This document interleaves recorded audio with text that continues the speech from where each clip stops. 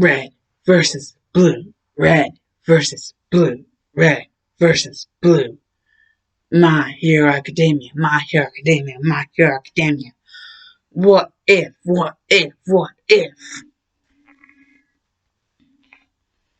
Start now. Intro starts now. New intro because apparently only Sonic music can actually be heard on this damn computer.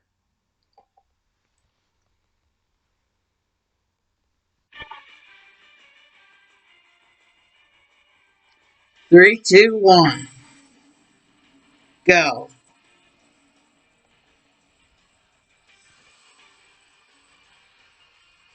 That's our baby, Night of the Wind.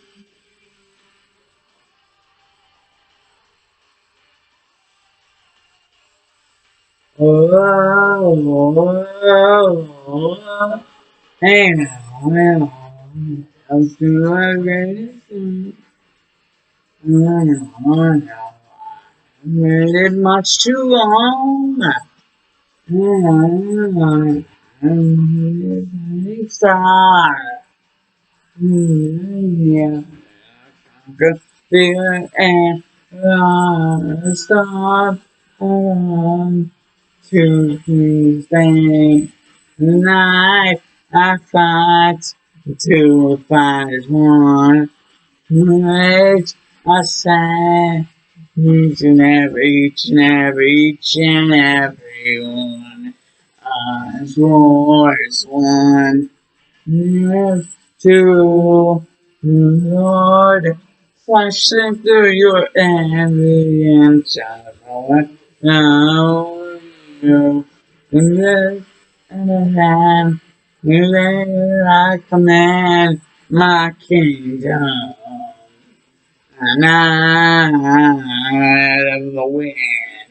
Whoa, whoa, whoa.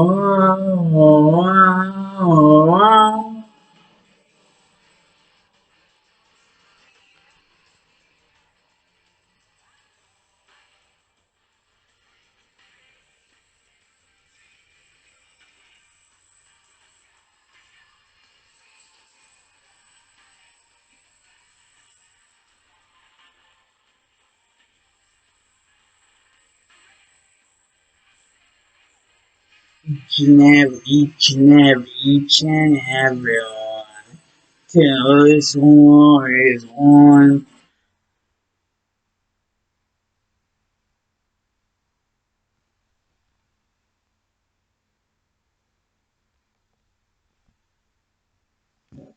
Okay, just letting you guys know if it turns out that that is actually hearable, that will be our actual new intro.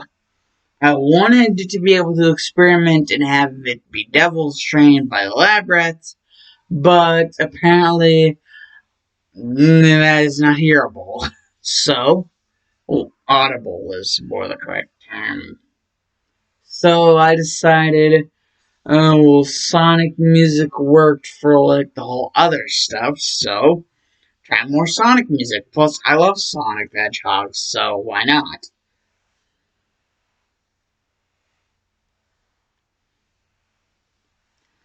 And from the opening before our intro, you probably have a good guess. And if you can read, you probably even have a better guess. Ah, yes, Cyber Dragon, another YouTuber and another person that I got inspiration from to do this. Now, it won't be 100% completely similar. It won't be that. It won't be 100% completely similar. However, there will be some similar things in it. Like the reds, the blues, and of course Izuku as the meta. Though, I may or may not have it to where he actually does talk. Or if he talks, but it's more or less muffled talking. I don't know, I just really think that They lost a lot of opportunities to actually have him be actual Izuku Midoriya whenever you deprived him of being able to talk.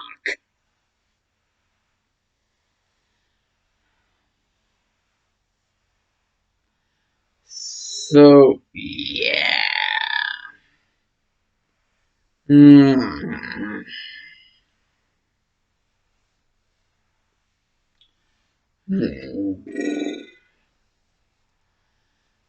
How would I do what if Izuku was the meta?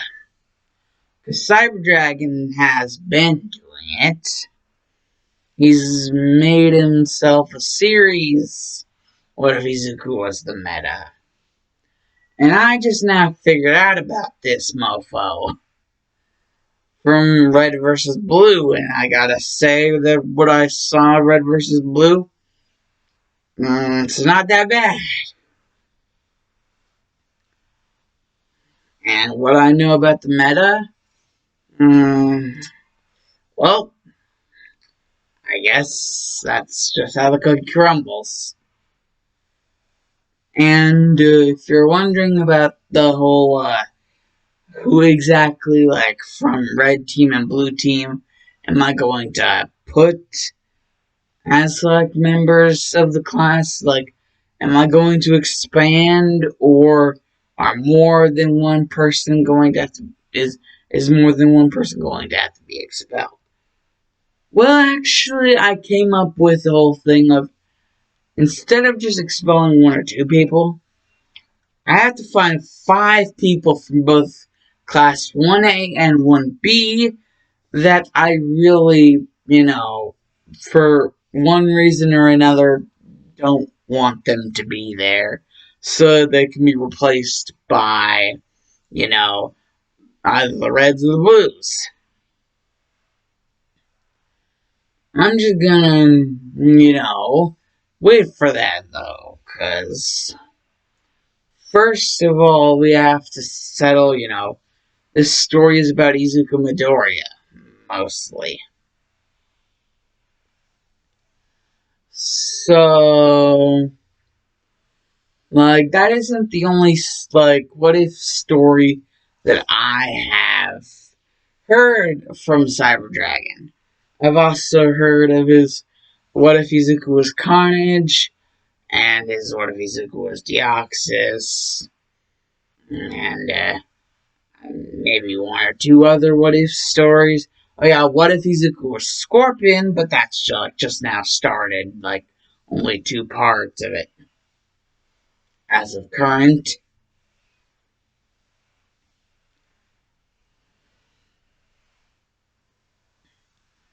However, I have indeed watched them, because, Scorpion's my boy. Basically, I kept the powers, or at least I tried to keep the powers, and I tried to keep, like, the whole symbolism and names the same. Like, Delta, Omega, Sigma, the different names of the different guys, like AIs, and their quirk powers. I wanted to keep the same from Cyber Dragon's thing as well. I wanted to keep that because I thought that was cool. And if it was up to me, the powers I would have given would have probably been like absolutely batshit insane. But that's just what you get whenever you give me a little bit too much control.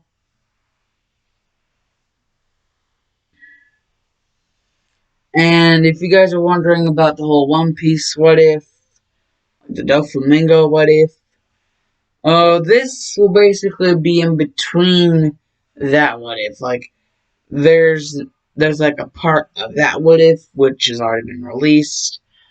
The first part of that what if, and now the first part of this what if. And then the second part of the One Piece what if, and then the second part of this what if. So they're basically being interchangeable, is what I'm trying to say. And yes, I got to stay refreshed.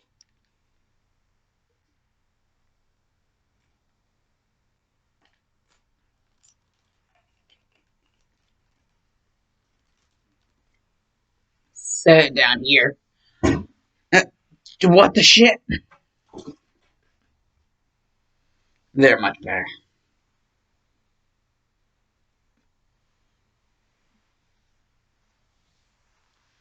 And if you're wondering if it's going to be the exact same guys, I literally have it out on Notepad. For like red versus blue team, yes, it's going to be the same blues and the same reds. So don't worry. If you guys really like Cyber Dragon's version and you wanted to see how I handled it, for whatever weird reason, why ever you would be interested in my content, I don't know why, but hey, I mean, thanks for joining. And if you would really like to join, you could like click the subscribe button and then click the little bell and all notifications. So you'll be able to know whenever I am dropping content.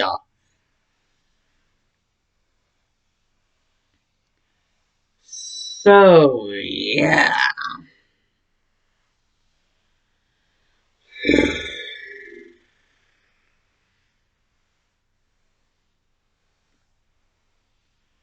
How exactly to start the story off? Well, I guess with any standard, at least standard level My Hero Academia story, it's either with him being born or with like the last day of middle school. I'm gonna kind of do both.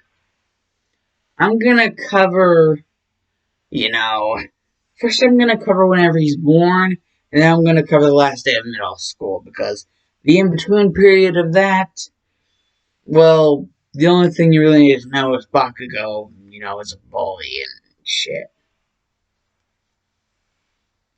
Basically, I'm gonna work it out like I work it out. And don't worry, the 100 subscriber special, what if, the S deaths surrounded one, technically there's two of them. Don't worry, more of that stuff will be coming, your way. To just have to get the basics down off the One Piece What If and this What If. 4 parts of the One Piece What If and 4 parts of this Meta What If. Ah, yes, I am making myself a busy bee. Ugh. Hmm.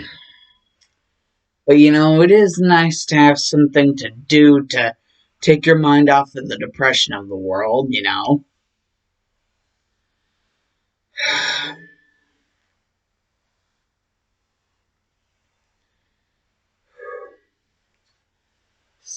So, whenever Izuku Midoriya is born,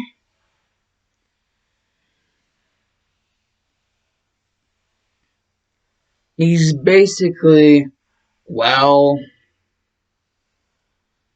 the thing is about Izuku is he can talk. It's not like the meta where he just grumbles all the damn time.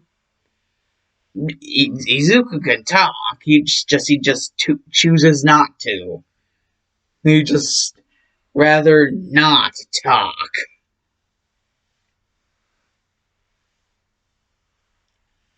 You know, and that makes him very distant from a lot of people. And well, that all changes whenever he gets up into you know kindergarten and middle school years. First, starting off with kindergarten, as Inko moves into a little place where it also seems that somebody else has moved in. Inko and Hisashi move in. And it also seems that another couple who also seem to have a son have moved in recently. They are the Bakugos, and their son is Katsuki Bakugo. And, well, basically, at this point, Izuku and Bakugo are, kindergarten, you know, whenever they meet for the first time. And, well, Izuku sees Bakugo's explosive personality, and, well, there's these kids with quirks that aren't nearly as flashy and as powerful looking as his, and so he basically tries to show his dominance over them, which is usually what Bakugo does. Thing is, Izuku here, that's whenever something just clicks in his mind, like a light switch. And, well, he's just like, hey, back off.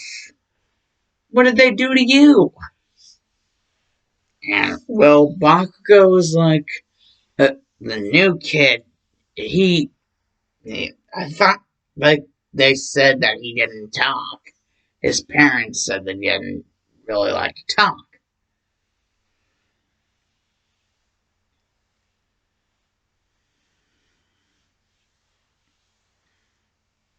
And that said, Izuku's never really been around high-tier bullies that go after, lesser quirked kids because, where they used to live in America because, Hisashi wanted to show Inko around, let her live in America with him, and, eventually they would settle down with Inko in Japan. Eventually they chose to move over there, all the way over to Japan. And so this is kind of like the original Karate Kid. Not really like the original Karate Kid. This is like the Karate Kid remake because this time they actually are moving all the way over to another country. And so Izuku is like, yeah, it is different. This place is different. No wonder I was constantly being taught a different curriculum on the way over here. It's an entire different country.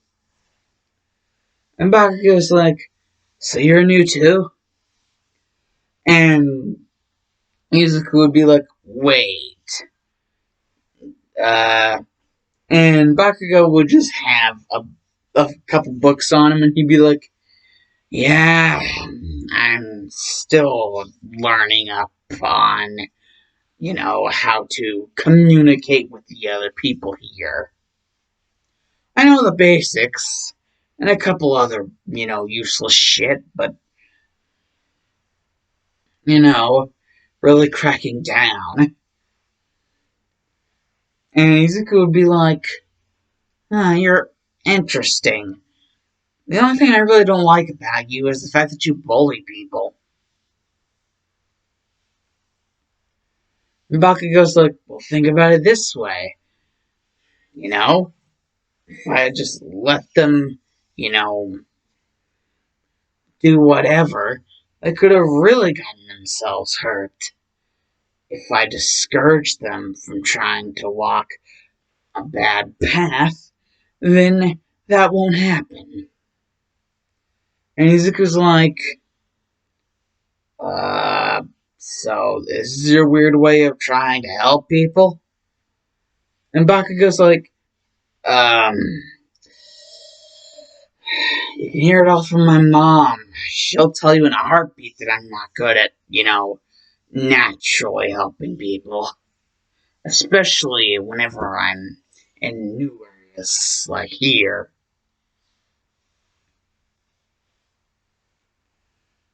So we apparently both our families moved.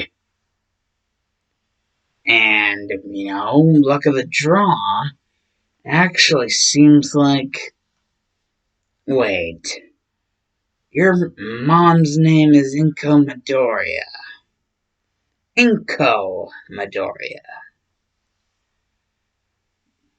Doesn't my mom... Didn't she know somebody, like as a childhood friend named Inko? Must be why they're talking so much. And Izuku's like, yeah, Mom did used to know somebody, the name Mitsuki. Bakugo would be like, that's my mom's name. So, our mothers were childhood friends? That's sweet. Tell me, what's your name, kid? And Izuku's like, first of all, you're not that much older than me, and second of all, Izuku Midoriya. And Bakugo would just be like, well, Izuku,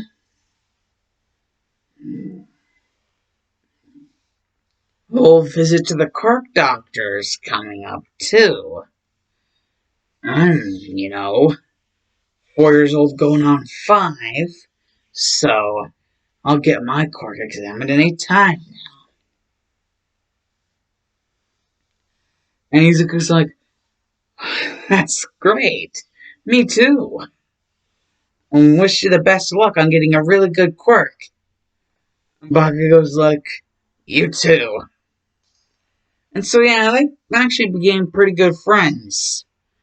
In no time, the actual date of their quirk, examinations, like the quirk doctors, they basically went on the same day.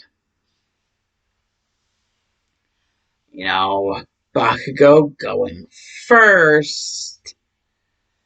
And, well, basically, whenever he would come out, he would tell Izuku all about how his quirk is explosions and how he can use it by channeling the nitroglycerin that comes from his sweat into his hands into explosive blasts of energy.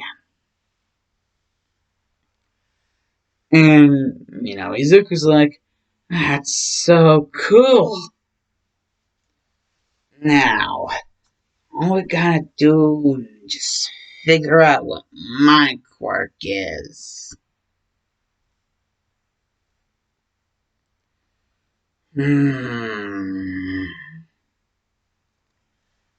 And, well, all the examinations they would be going through. Finally, whenever it came time, it would be a last-ditch effort because the court doctor didn't see much promise in Izuku as of late. Things seem to be just falling flat instead of, sticking, like, throwing stuff at the wall, see what sticks. That is, until the doctor tried something a little desperate. Putting Izuku in actual danger. Because, he had heard that certain quirks that would be normally considered, unknowns, well, that would be terrible for the kid. He would surely get bullied by people with, like, really strong quirks. And knowing that one kid had an explosion quirk, and how they seemed to be friends, like, that would suck if their friendship was just broken up because this one kid didn't have a quirk. Or it was deemed an unknown. So, they don't even know if it would ever, actually wake up or not. So, the quirk doctor's willing to make an ultimate sacrifice. Not too dangerous, not too dangerous if you know what you're doing, but Izuku did not know what the quirk doctor was doing. Basically, there was one last crucial test. A very dangerous one, but, well,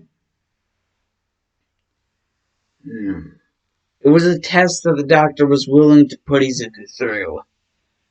After all, he did say to Inko that he was going to do anything and everything to, see about Izuku's quirk.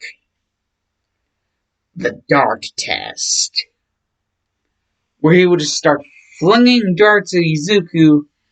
Izuku only able to dodge them because he was able to hear the swoosh sound as they flew by, nearly hitting him every time.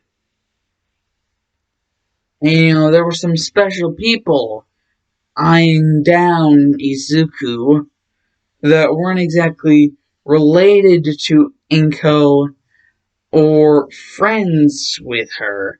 Just certain special people that stopped and stared whenever they saw, Izuku being given the dart test. Inko was only staring out of, anger and disbelief and fear, Inko was like, this was not anywhere, in the thing, The whole darts, those are actual darts. They could kill him if something were to go wrong.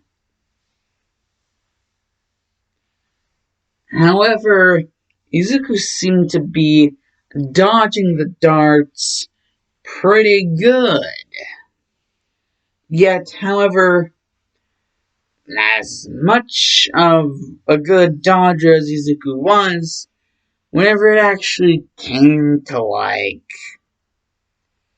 combat with,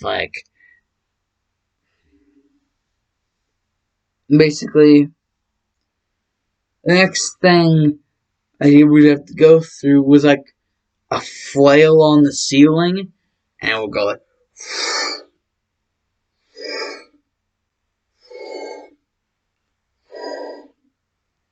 swing in all directions, and Izuku would have to dodge the flail, or else get spiked in the face.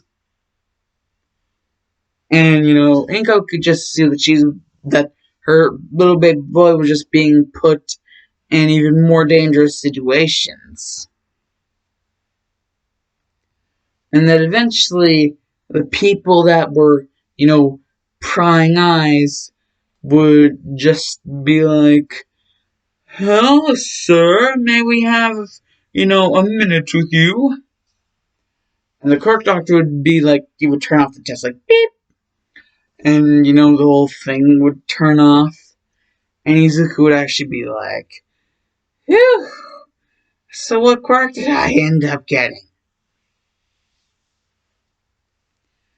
But he would realize that the quirk doctor would, actually be speaking with these, men in suits. And,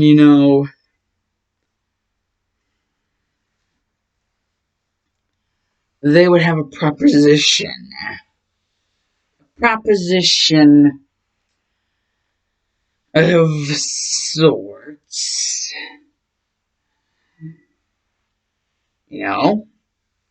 It would just be like, if you can work a deal with whoever the boy's, parental guardian is, we can, sweet sum of money to both you and them. Maybe add a few extra zeros onto that check. And, the quirk doctor is just be like, well, let me see what I can do. And, the quirk doctor would bring up little proposal that was given to him. And, Inko would be like, you mean to tell me that those men in those suits, they want my baby boy? Why? And the court doctor would be like, that's just it. I don't know. They didn't really tell me why. And then one of the guys in suits would walk up and basically be like, well, it's simple, really. It's elementary. Quite indeed elementary. Ah, yes.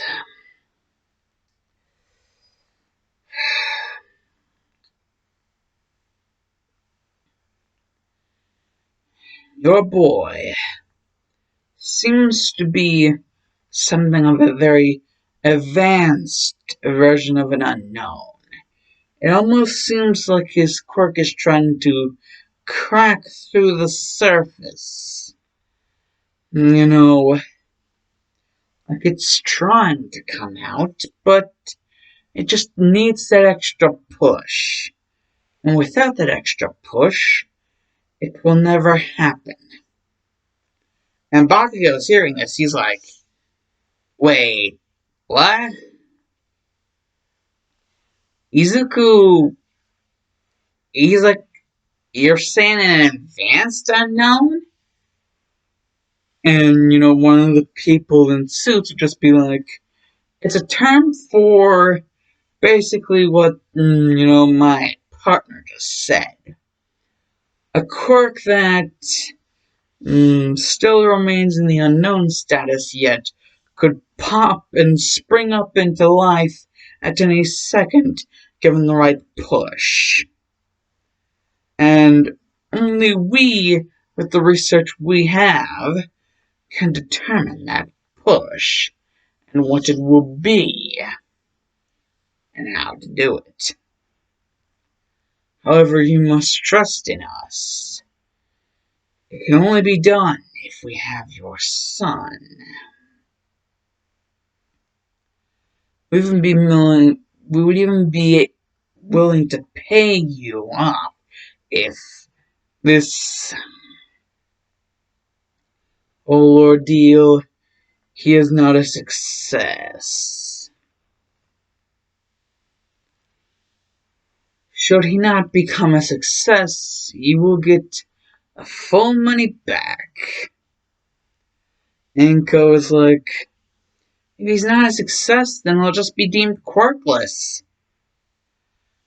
And then the people in suits would just kind of like snicker to themselves and be like, "Oh, we trust. You can trust in us.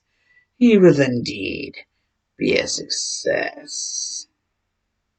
And then they just whisper, "Or else." But they whisper that part.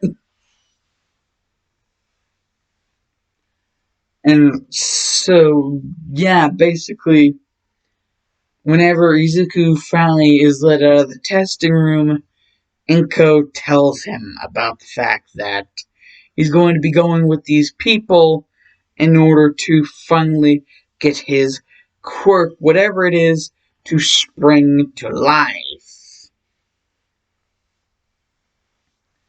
Because, basically the term that was given is advanced unknown, which basically just means all you need to do is a certain thing, and then it will no longer be an unknown.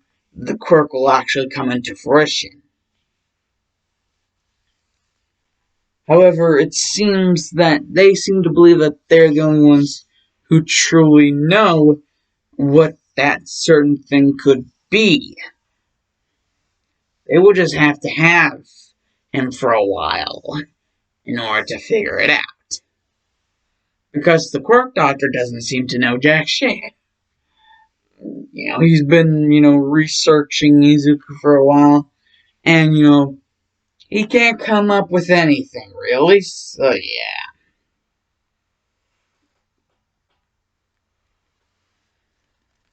And Ko is like, knowing that she would get Izuku back, but also get a refund, a good sum of money, a title of refund, does indeed accept, telling Izuku to stay brave and that she will always love him.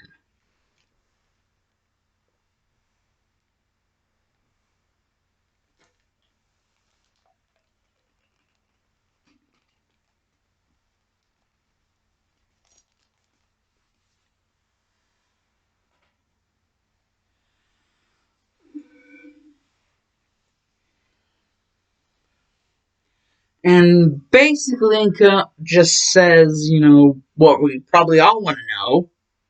Who are you guys? And they simply just say that they can call them AI. Because of all the different AIs and even the AIs that the red and blue team members have. So yeah, basically this team is just known. Like their nick is kind of like AI, like artificial intelligence. And so yeah. That whole deal. So basically AI take Izuku and well they're just like sit down, get comfortable. It'll be a while or ride to our destination. And whenever they eventually get to their destination, it is a super big freaking tower in the middle of nowhere. Like, God knows where. And there's just like this big AI in the front. It's literally like a big sign that says AI. And so, yeah. Basically, Izuku would be like, so where's the entrance? And then one of the guys in the suits would just be like, it's a hologram. You have to see past the deception in order to find your way in. We already know. For you, this will be your first test. And Izuku's like, see past the deception. Oh, I think I know. And, Izuku's just like, ow. Well, I was halfway there. I was just a little bit too much to the left. Like half of his body was actually getting in, and the other half smacked into a wall. And so Izuku would be like, I have to work on that whole seeing through deception stuff. If there's gonna be more stuff like that, then that's what I'm gonna have to do. And then they're basically just like, yes, with our help, you will definitely figure out your quirk. However, all heroes need to have their own hero name, right? And you want to be a hero, don't you? I mean, that's what we overheard. You idolize them, so why wouldn't you want to become one yourself? And Izuku's like, no, I do. All Might's actually my favorite hero. And, the people in suits, whenever they hear All Might's name, they're like, oh. Well then. They're just like, oh, he's your favorite. That's the first sign of trouble whenever they act off whenever you mention All Might. But basically, they're just like, well, you ever thought of a hero name? And Izuku's like, well, not really. And then one of the other people in suits basically is just like, well, we've been developing a special type of armor. And, even a special type of super soldier serum that would react with your body in a way that could awaken your quirk. Or kill you, but, it's more of a 50-50 chance now that we've more or less perfected the baseline of the serum. Well, if indeed you do survive, we might even let you keep the suit. And Izuku's like, it looks a little bit big for me, like big on me. And the guy just be like, not for now, silly goose. For whenever you're older. And Izuku's like, oh, yeah, that's right. And the guy would also be like, however, the serum, that's a whole nother story.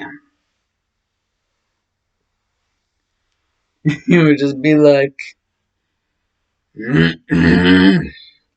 nurse? And, like, these ladies would just come in, and there would be a bed, and Izuku would be like, a strap table thing? Like a gurney thing? Why am I gonna need this? And then the guy would just be like, we didn't say it was going to be a painless injection. And Izuku's just like, oh, ouch. Like, Izuku's just like, man, I'm really far away from mom. I hope she's okay.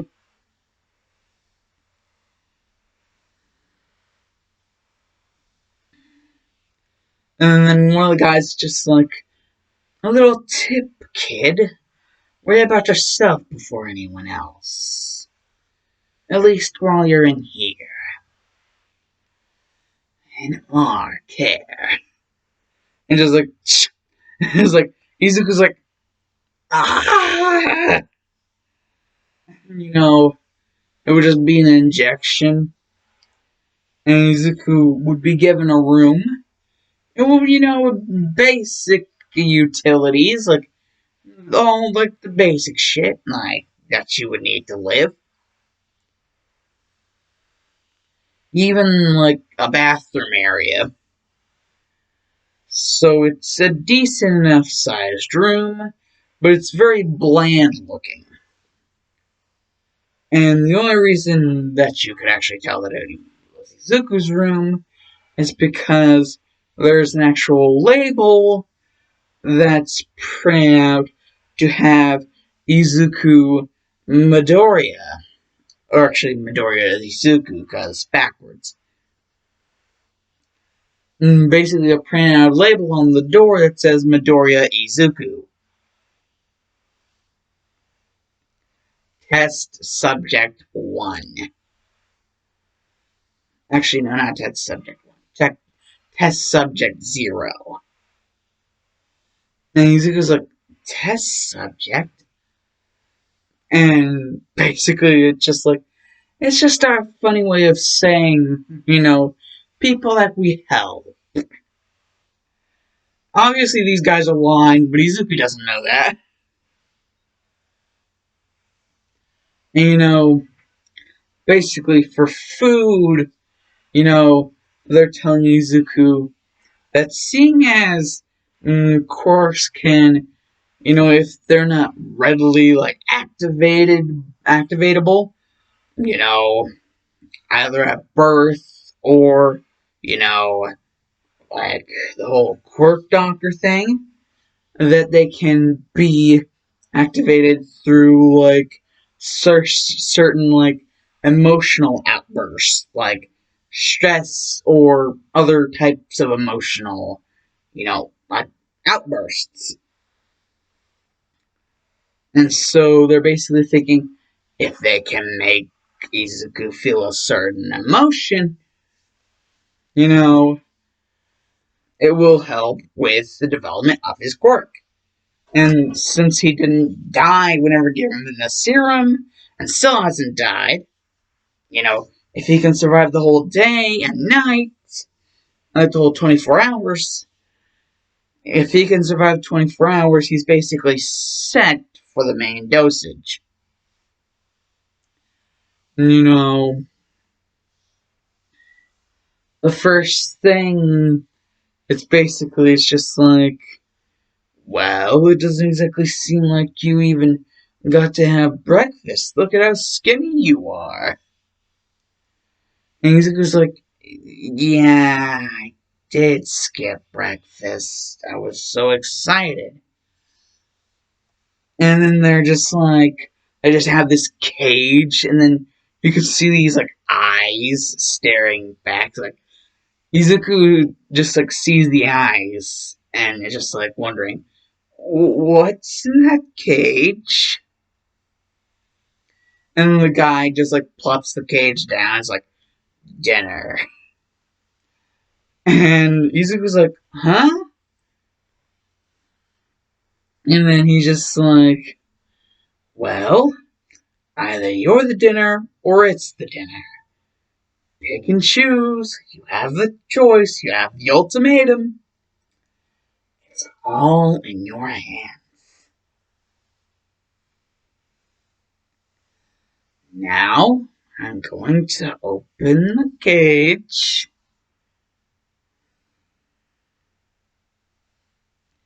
And just a reminder, I have the opening right in front of you. Not me. So, best be thinking about that. And then, dude just opens the cage, and some giant ass mutated raccoon just like jumps out at Izuku, and Izuku's thinking like, with those teeth and claws, it could kill and eat me. Is he really that right? But usually raccoons normally aren't this big. Not even back at our old home. Well, so, I'm sorry. He's just apologizing to the raccoon before, like, just going straight towards it as it goes straight towards him. He just, bam! Like, straight in between the eyes and knocks the raccoon out. And now and the guy's just like, now we finished the job. Or, as I like to say, you finished the job. It's your meal, after all. And Izuku is just like,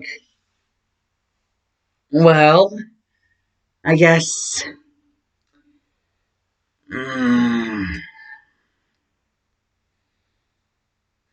This is the end, Raccoon. Like Mr. Raccoon. And then it would just be like the sounds of him eating it and like trying not to throw it up because it actually tastes radiated too. So Izuku basically just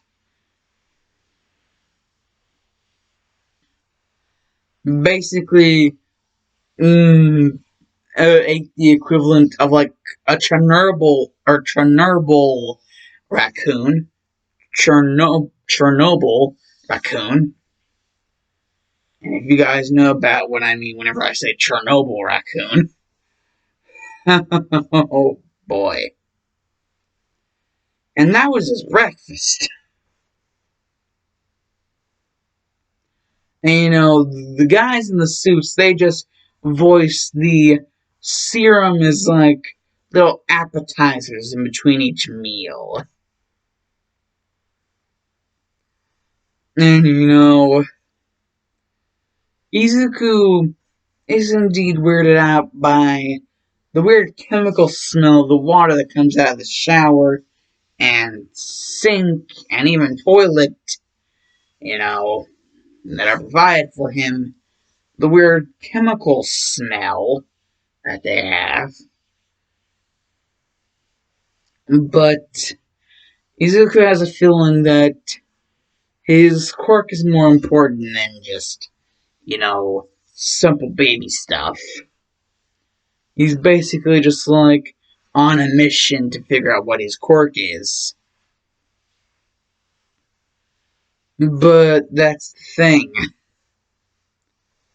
His lunch and dinner are also like Chernobyl animals. Whenever I say Chernobyl animal, you know what I mean. People know about the Chernobyl incident. And so, yeah. And also in between the extra doses of, like, different, versions of the serum to, like, balance everything out and keep Izuku alive, even. Izuku, is just fighting to keep this stuff down. And he just doesn't even want to know what the dessert is. But thus, dessert is served. And it's probably one of the most painful meals he's had. Chernobyl porcupine.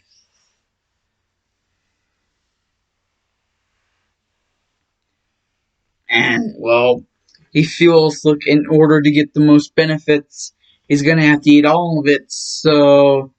Oh, golly. And, he goes through this process for about like 10 days before he starts to realize there are more people than just him. And that's whenever he remembers the guys in the suits said, like, the people we help. And so it's like, there are more, like, unknown type kids here. Basically, it gets around a time to, like, whenever Izuku's 10 years old, whenever he finally gets to meet the others. And the others are, like, trying to, like, rack it into Izuku's brain that something seems a little off. But after that, they're fed a little special kind of food. And then all of a sudden, they're complacent the next day. Izuku wants to know what that's all about, but he's not going to ask because he doesn't want to know what the food would do to him. And so guys in the suits are just like, excellent. We've got it so that he won't ask any questions that could jeopardize the mission. Now isn't that just perfect?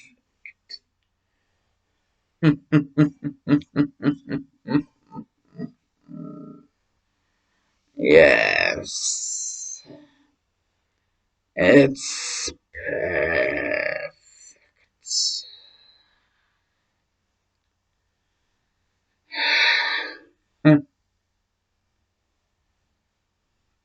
Were you not going to say anything?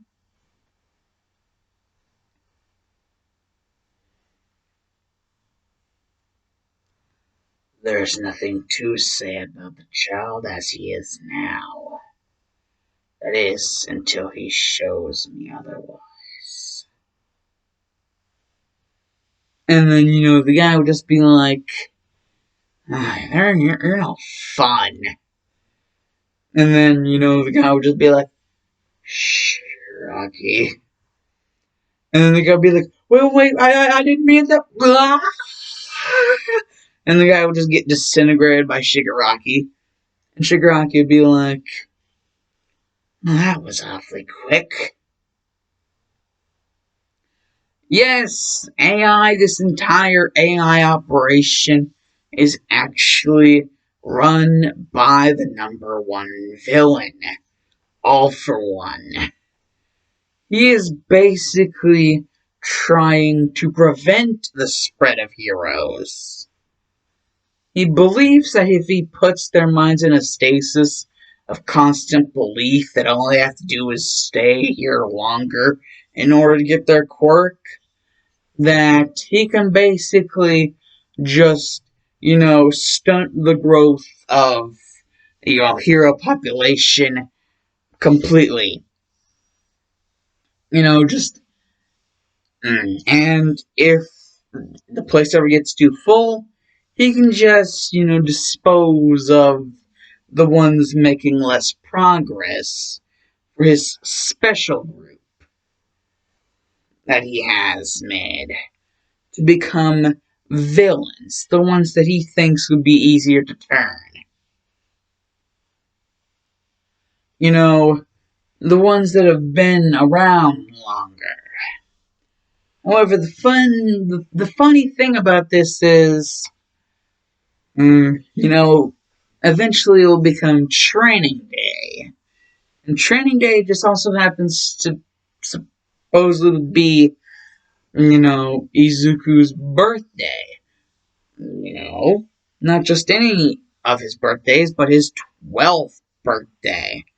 Because on his 11th birthday is whenever he was told about the fact that it's weird that the day that is eventually going to be training day is, on your birthday. Well, not your current birthday now, but your 12th birthday. Which is what one of the, other kids would point out to him. And Izuku would be like, oh, really? Oh, what's training day?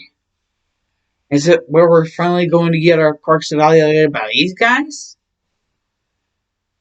And, one of the older kids would just be like, I think it might be something like that. I don't know.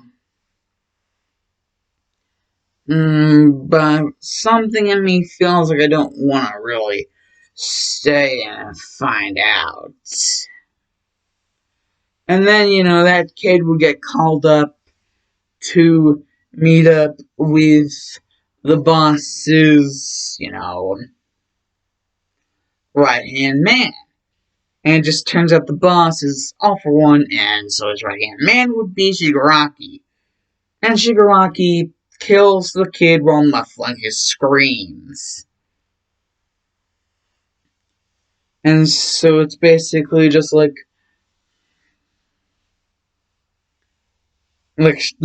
basically a story would be spread. Oh, looks like another one of them couldn't withstand the serum. The serum isn't inherently lethal. It only becomes so whenever enhanced by Shigaraki's quirk. So technically, they're being exploded from the inside out, while also being decayed. So, yeah, explosive decay. That's dangerous.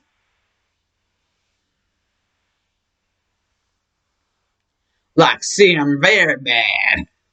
Serum very bad. Well, basically, eventually Izuku's 12th birthday does come along, and, on that day is training day, and, well, basically a voice will come up on a loudspeaker saying, like, well done all of you, now it is time for training day. And training day, basically,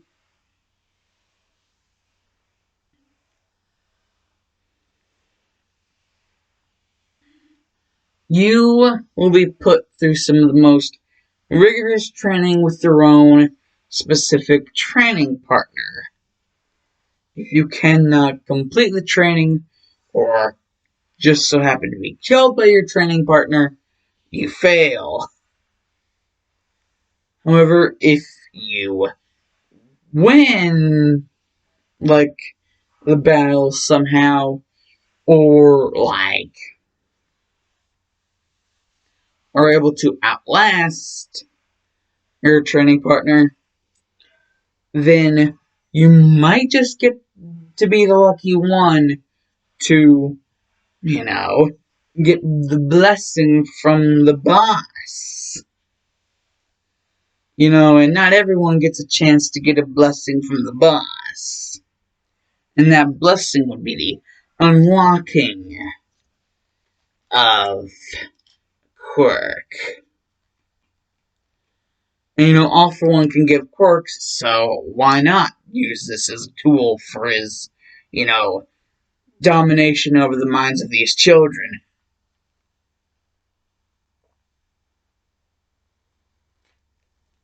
And I'm gonna say the reason why the 10 kids that didn't get into 1A or 1B, the reason why they didn't get in is because they were part of the program as well, but they were the kids that died against their training partners.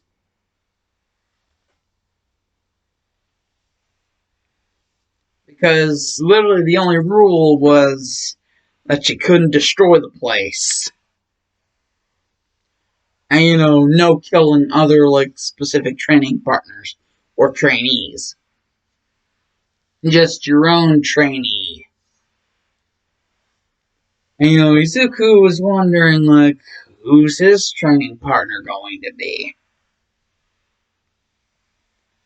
And, you know, basically it's elected that the one known as Muscular gets to be Izuku's training partner.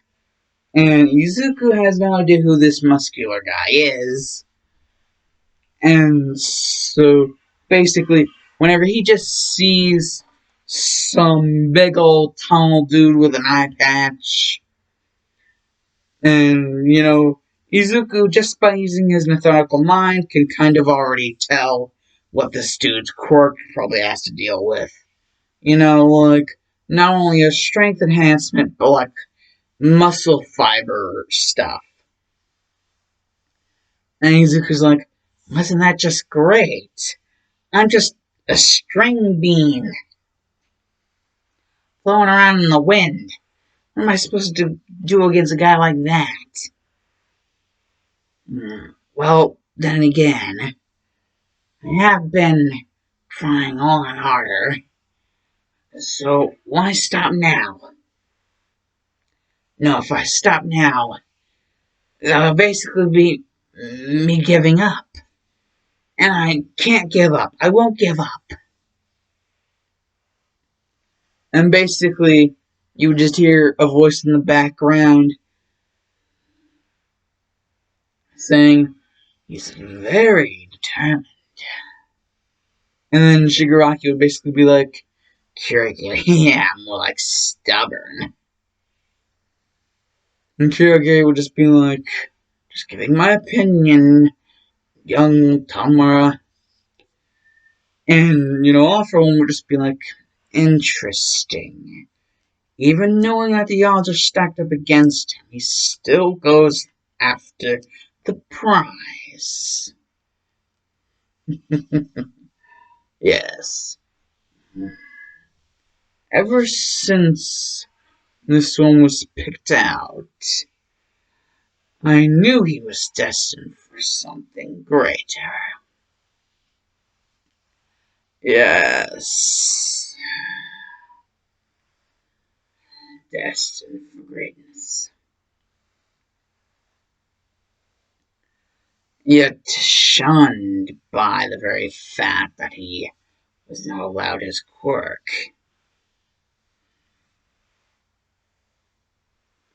So what if I were to, instead of give him a quirk, seeing as he is categorized as an unknown, what if I merely altered it? And, you know, Shigaraki's like, altered it? And Kurogiri's like, oh, do indeed pray tell, Lord All For One. And, you know, All For One would just be like, Magician never reveals his tricks, Kirogiri. Although, tell Dr. Ujiko that if Izuku somehow wins this, he is the one to be given my blessing. In the form of a modification instead of just straight up handing him a cork on a silver platter, seeing as he is of the status of an unknown. And so basically, they pull bets like Shigaraki and Kirogiri. Like, Shigaraki bets like a 20, you know, for Muscular to win, and Kirigiri bets, a 20 on, Izuku winning. So, should Izuku win, Shigaraki would owe Kirigiri $20, and should Muscular win, Kirigiri would owe Shigaraki $20. If I even said that right. Basically, if Izuku wins, then Shigaraki owes Kirigiri $20. But if Muscular wins, Kirigiri owes Shigaraki $20. I hope I said that right. And so, basically, Muscular's like, you can quit now and there'd be no shame. It's okay to admit that you have fear, And Izuku's just like, no, not now. Not whenever I'm so close.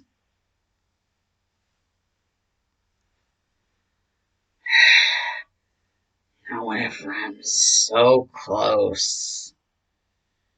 Winning this. Ah! And Muscular would be so busy just laughing at Izuku's feeble attempts. He wouldn't be really realizing just how much of his quirk he'd be, wasting out, just using it left and right. And how Izuku's movements actually aren't wasted. He's actually, using very precise and calculated strikes to minimize the amount of energy he actually uses, but maximize the damage he's able to output with each strike, which eventually, whenever it breaks past Muscular's quirk, he's able to do pretty hefty blows to the big guy. And it actually takes half of what it would have taken All Might to take out the high-end Nomu in his prime, because he said that in his prime he could have taken out the high-end Nomu with 6 punches. And since I said half of that, yeah, 3 blows, and Muscular is out. And Izuku sees this and he's like, no wasted energy. I want someone like him. And Muscular can't get up, and so Kirigiri's just like waving, and Shigaraki's just like, crap. Fine, Kirigiri, here's our stupid 20. And, well, yeah, Kirigiri won the bet. And so the voice calls over the loudspeaker again, but this time it's like, it calls Izuku Midoriya as the winner of the fight,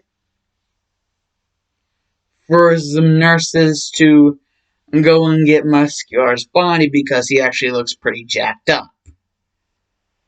And, actually,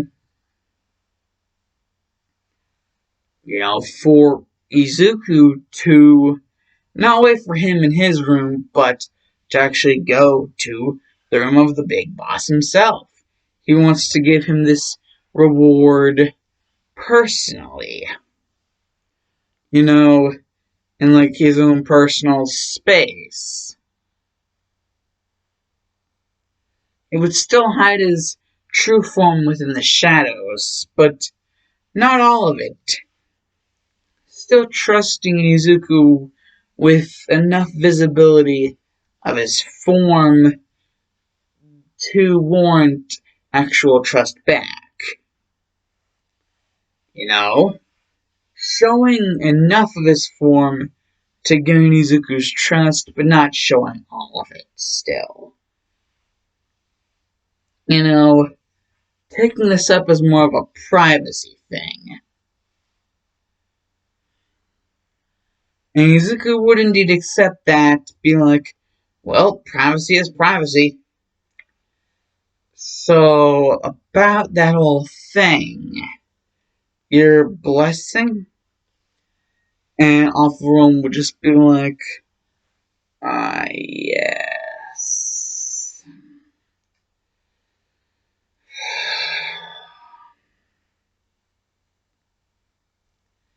You, Izuku Midoriya,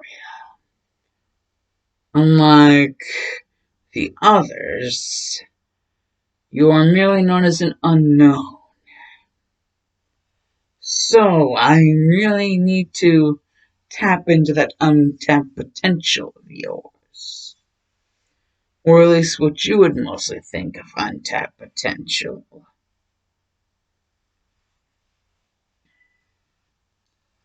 Basically just like, it's there, but not. All I need to do is bring it out in you. See what comes to the surface. I'll just bring up his hand and be like, now, kneel. And,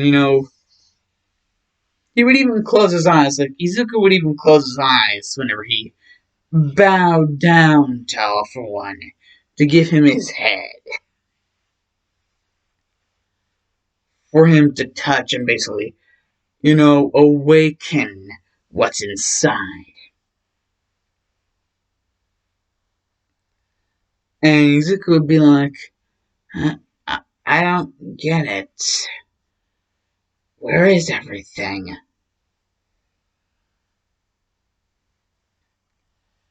And, All for One would just be like, you remember the last 10 members? And Izuku's like, yeah, last 10, I remember them. How could I not? I mean, I've been alongside him for so long. However, considering the longevity of the whole thing, if you're wanting to go by that, I've been here the longest. Seeing as some of the others that were here before me, if not all of the others, if I'm not mistaken, are all dead. So technically, out of the 11 of us, I'm pretty much the most experienced in the field. And Izuku, All for One will basically just be like, your next test, in order to truly bring out your power.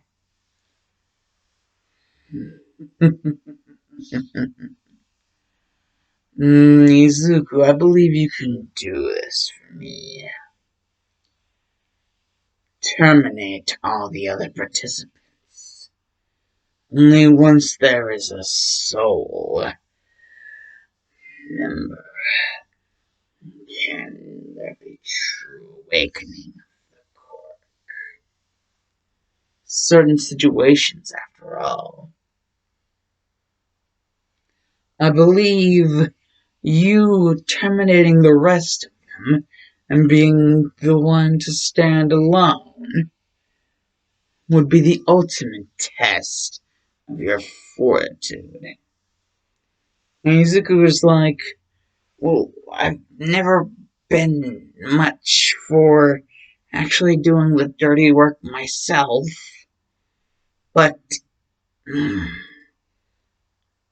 they have their own dreams too. And Ultra would just be like, but do they really want their dream as much as you want it?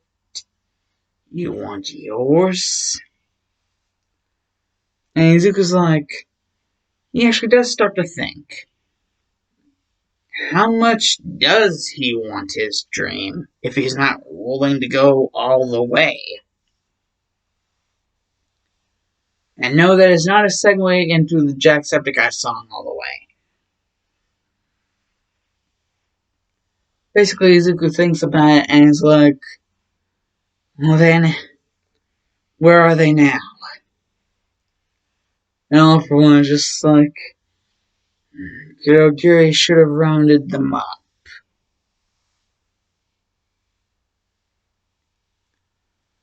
Ah, yes. And Shigaraki's like, ooh, get the popcorn. And, Izuku would just be like, well, I guess. Oh boy.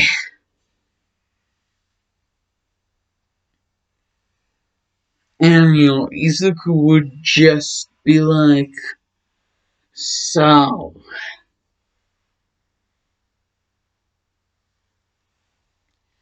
Basically be like, so this is his destiny.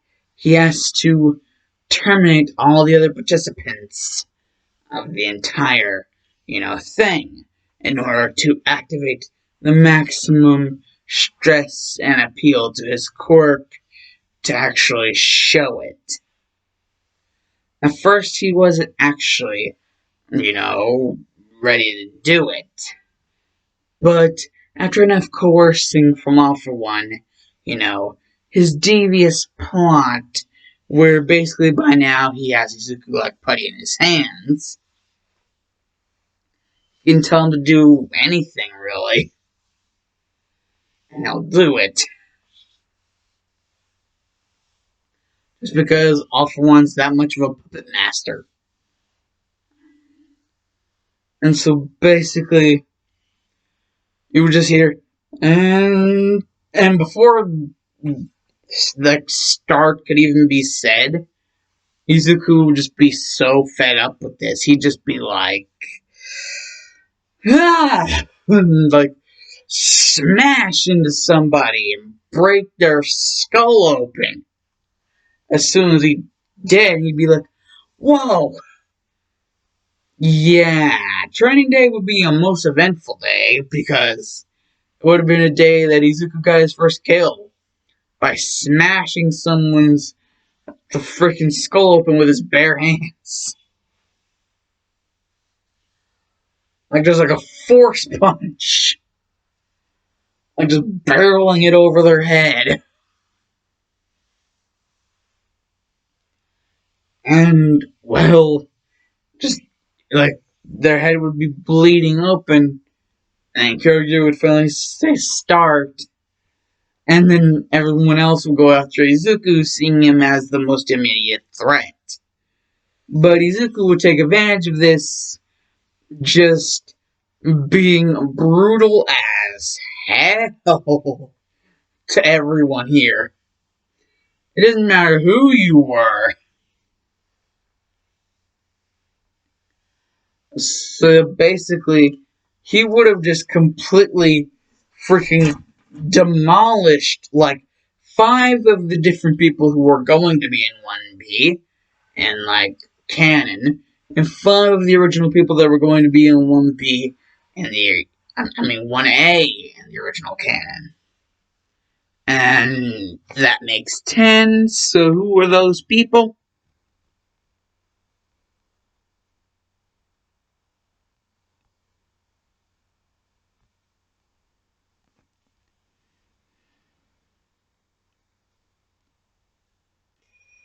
Mineta, Hakakure, Koda, Sero, Ayama, Shiozaki, Fukidashi, Monoma, Awaze, and Kendo. Yeah, if you don't know who all those people are, I'm sorry for you, but yeah, those are all the people who died that day. Because, Izuku was just ruthless.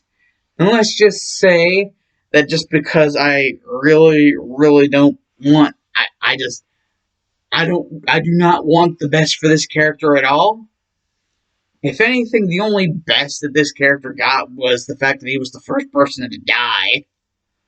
So he got the first person to die award. Like the first person to die on training day would be Monoma. Yeah, he would have been the guy who got his BAM! Like, before the test even actually started, it would have splattered everything everywhere. Straight into Monoma's head, sending him onto the floor. And, he would have just brutalized multiple people, like guys and girls alike, because I know some of the people are girls, like Hakakure and like the Vine Girl, 1B. Now, you guys might be wondering, how exactly is he supposed to fight Hakakure? I mean, she's invisible. Well, not completely invisible. So Izuku can just trust his gut on the right parts to hit. And, just deal with things from there. So, yeah. If you're only, like, somewhat invisible, doesn't really help your case. And, at the end of the test, whenever there's no one left freaking standing, except for Izuku, finally, whenever Izuku gets the full realization of what he's just done, and, it just comes to him that holy shit, this can't be good. He can't come back home after doing this. I mean, all these children, they, like, had their own, like, thing that they wanted, and even though he really wanted his own thing, like, just to take it away from them, take everything that they had worked so hard up to getting,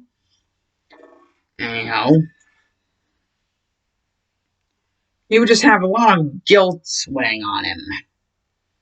But that guilt would kind of be cut short whenever,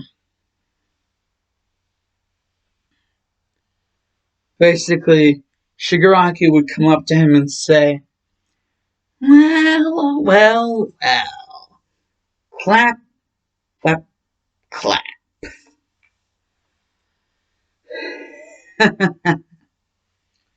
You did pretty good, kid. You're a natural-born serial killer.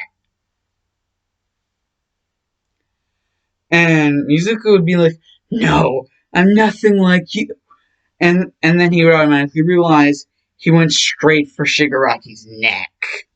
Like he was about to snap it. Had he put any more force. And Shigaraki's like, go ahead, do it. You were just about to say you were nothing like us. And automatically, as soon as you say that, you have your hands around my neck. Looks like someone can be awarded for worst liar in the world. You're everything like us now, kid. You, just like the rest of us, are murderer. And Izuku would just be like, ugh, ugh. I, what's the point anymore? And Shigaraki would be like, the hell are you talking about? And, Izuku would kind of just, like, get on his knees and have his hands at his face. And he would just be, like, crying while also being in hysterical laughter. And Shigaraki would be like, hey, what's that in your hand? And Izuku's like, I found this. So the note on it's true. If none of us passed, you were just gonna blow up this entire project.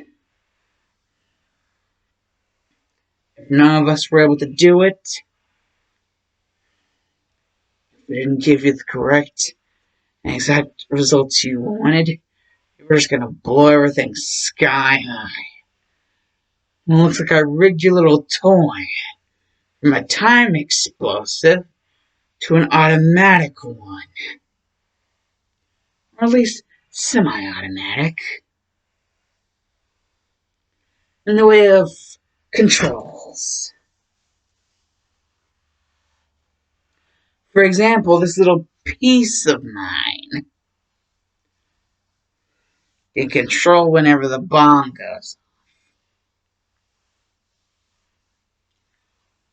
Now,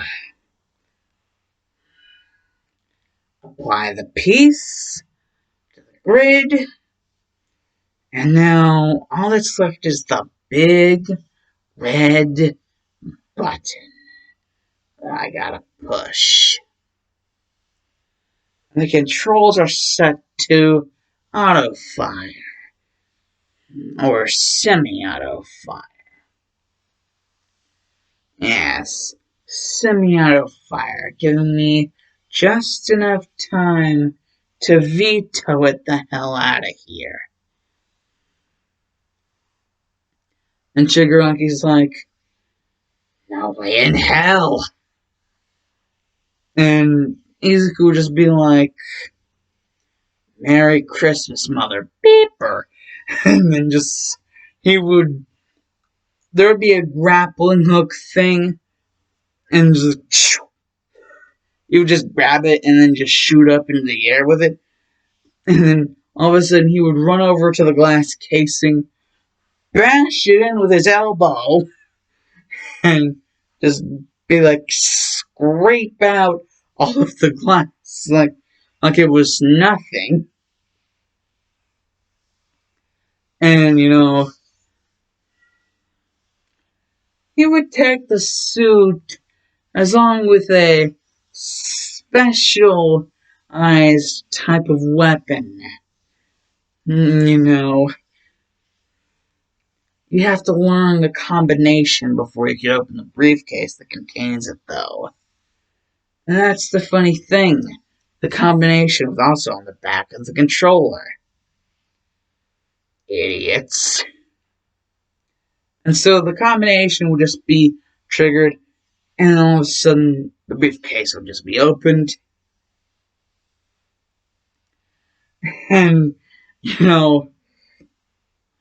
it would just be there, and there would just be a label that said the boot shot. It's either boot shot or brute shot. I don't know what. It's either boot shot or brute shot. But until somebody proves me wrong, I'm going to say brute shot. The brute shot. That's what basically the label would say. And so Izuku would be like, my, it truly is a white Christmas. Now let me make it rain fire and blood. And he would just slip into the costume. It would still be relatively big for him, seeing as he's only 12. So he would kind of slip out of it, and then, he would just put it in the briefcase and take the briefcase with him. And, he would kind of just slosh it like boot shot in one hand, briefcase in the other. And he would just freaking shield surf down the freaking thing. Because he would just find a lid and just down there and like down the stairs. And just start popping some brute shot. Like boom, boom, boom, boom, boom, boom, boom, boom. And it's just start blasting everything. And basically, finally, yet again, grappling grappling hook shot. Hooking up to the highest railing, and then it would just shoot him up. He would just do an acrobatic jump off the top of the railing onto the glass ceiling of the area, and just do a freaking flip kick, breaking open the glass ceiling, and, getting up to the top of the building. The whole penthouse suite. And, busting through there to where he'd just be able to see the front of everything. There'd be forests as far as you can see, as far as the eye can see. Forestation. And Izuku would be like, oh my god.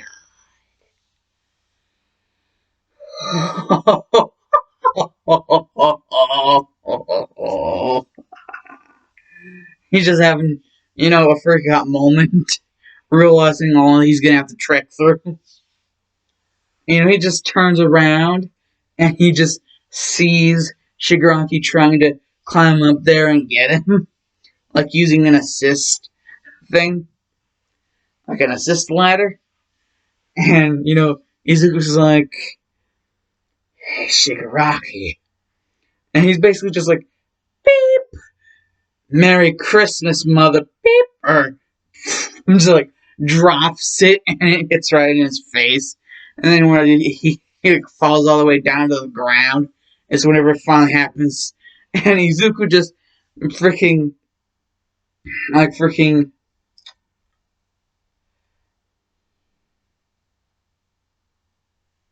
grappling hooks it all the way out there like freaking Tarzan. Right as the building exploding apart. And all for one will be like, what the beep is happening? And Karogiri would just be like, sir, currently I do not know, but I think it is us exploding. And, Izuku would just be grappling hooking it all the way throughout there. And then he would just start pulling an actual Disney Tarzan and start tree surfing. And then just get down to soft ground. Did not mean for that to rhyme. And then just going off for a full sprint and not stopping. He would jump over giant freaking holes, which would normally, for a normal person, it would seem nigh impossible to actually be able to jump over that or scale the shit that he's scaling at his age. Anybody's age. And so he just super athleticism. And, eventually he would make it back to a city, but Izuku wouldn't remember this as the place that he lives. No, that's not the area where he lives. But, his mother still thinks that he's being taken care of by the people back over yonder. So that's probably why she hasn't really, searching or anything. They've probably been putting out false documents of his progress. Well, he has made progress, but certain progress they might want to keep under wraps.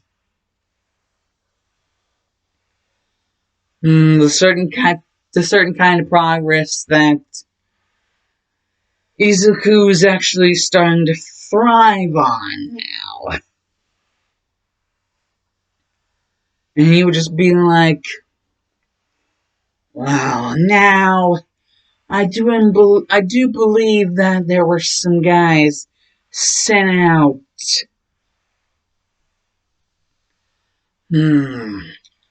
The several computers. They wrote them up as not free, but as villain drones. Drones? You mean like puppets for their amusement? And villain? Was it the number one villain all for one? He's probably not actually dead. I should probably go back to not talking to people. It just seems to get me in trouble whenever I want to be excited over something. So why bother? All these conflicting emotions and shit over this past years.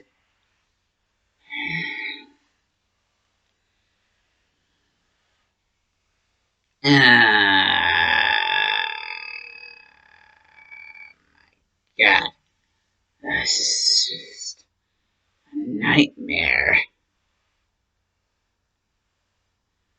And so, 3 years later, Izuku would actually be 15.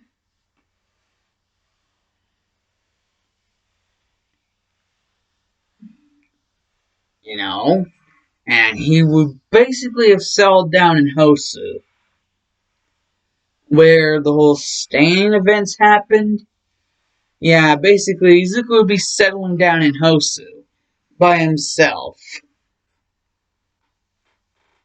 making life as basically a person who has hunted down all of the villain drones that this little AI thing was creating.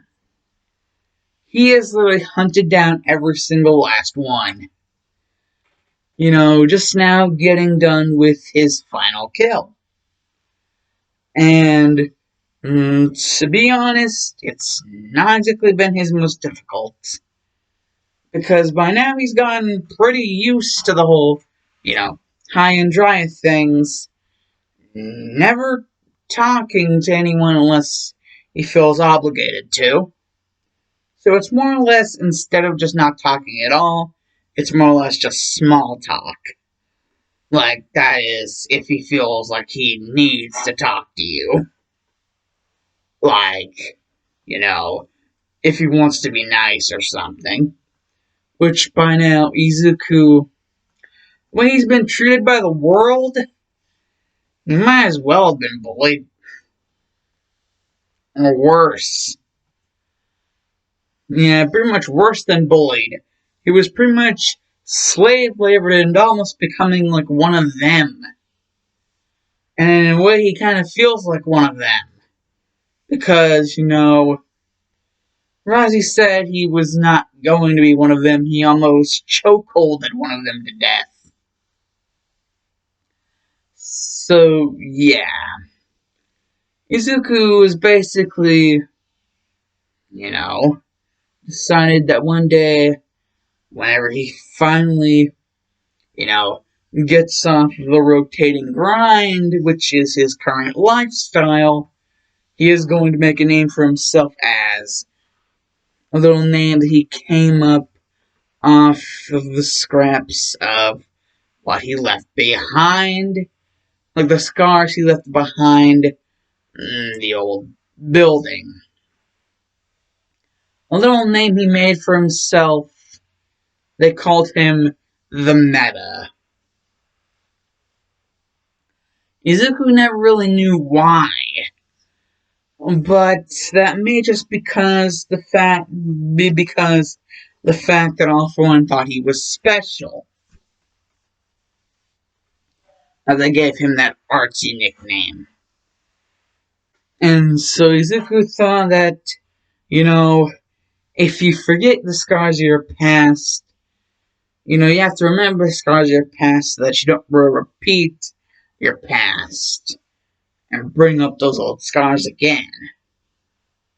So it's best not to forget those scars so that you don't bring them up again by forgetting the past. Which is Izuku's whole deal here.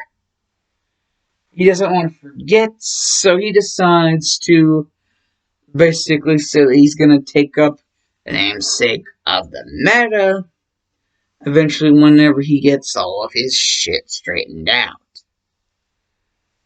However, seeing as he is 15 and, well, Hosu is just another one of those areas where, considering all of the actual profits he's gotten from, looting the villain drones that he's come across, he's come across some actual good loot and been able to, sell for expenses some really good money.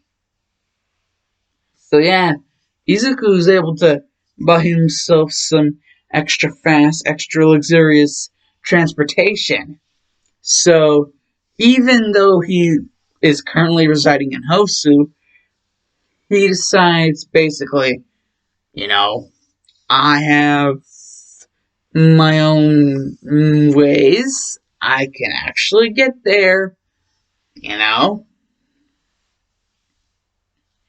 He would just have to either hire an assistant driver or get a learner's permit. So he decides that he's going to take an online test for the learner's permit. Making all of his whole profile shtick very anonymous to his actual identity. And so, yeah. But whenever it actually comes to the end of the test, is whenever he comes clean about most, if not everything, so that the identification on the permit will actually be true to his actual name. So, yeah, and everything else and all that jazz. And yes, he has kept the brute shot. And the shiny, suitcase that it was kept in. And he's even kept the suit. Which, actually scratch that. For once, I am going to do a college UA. And I know it's kind of exactly what Cyber Dragon did, but hey, I have plans. So basically, 3 more years and then UA. Basically, so yeah. At the meantime, he is only really working around with a learner's permit, but he does get familiar with some of the staff at UA.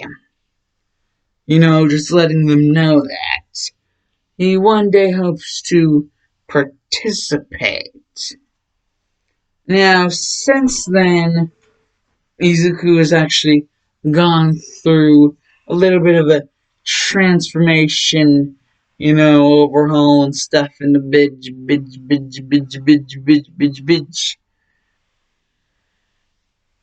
And that jazz.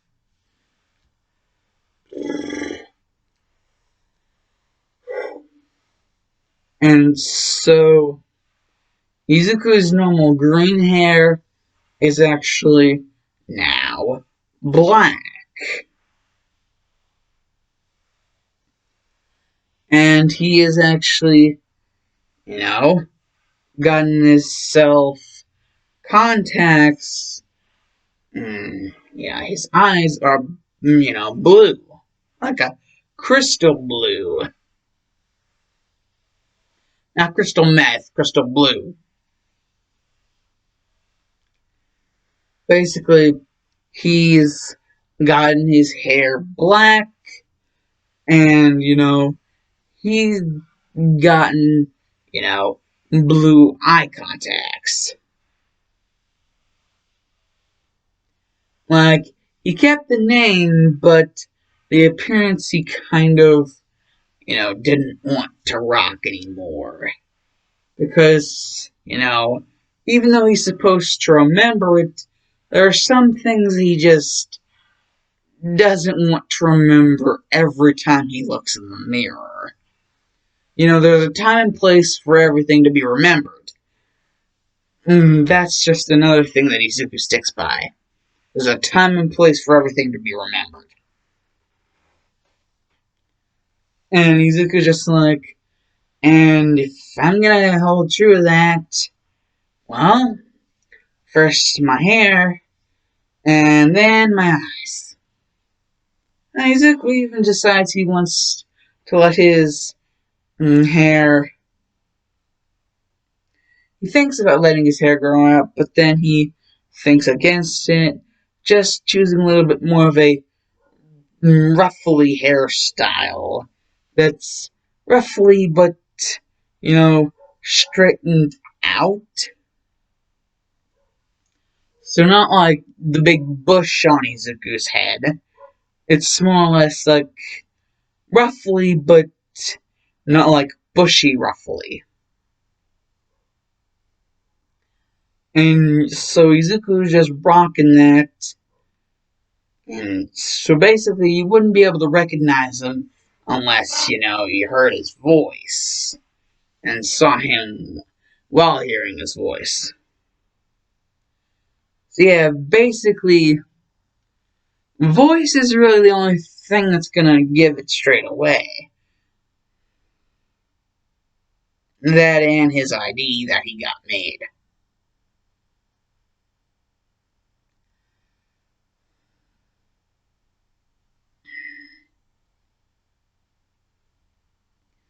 Eventually, Izuku hits 16 and is finally able to get a full driver's license.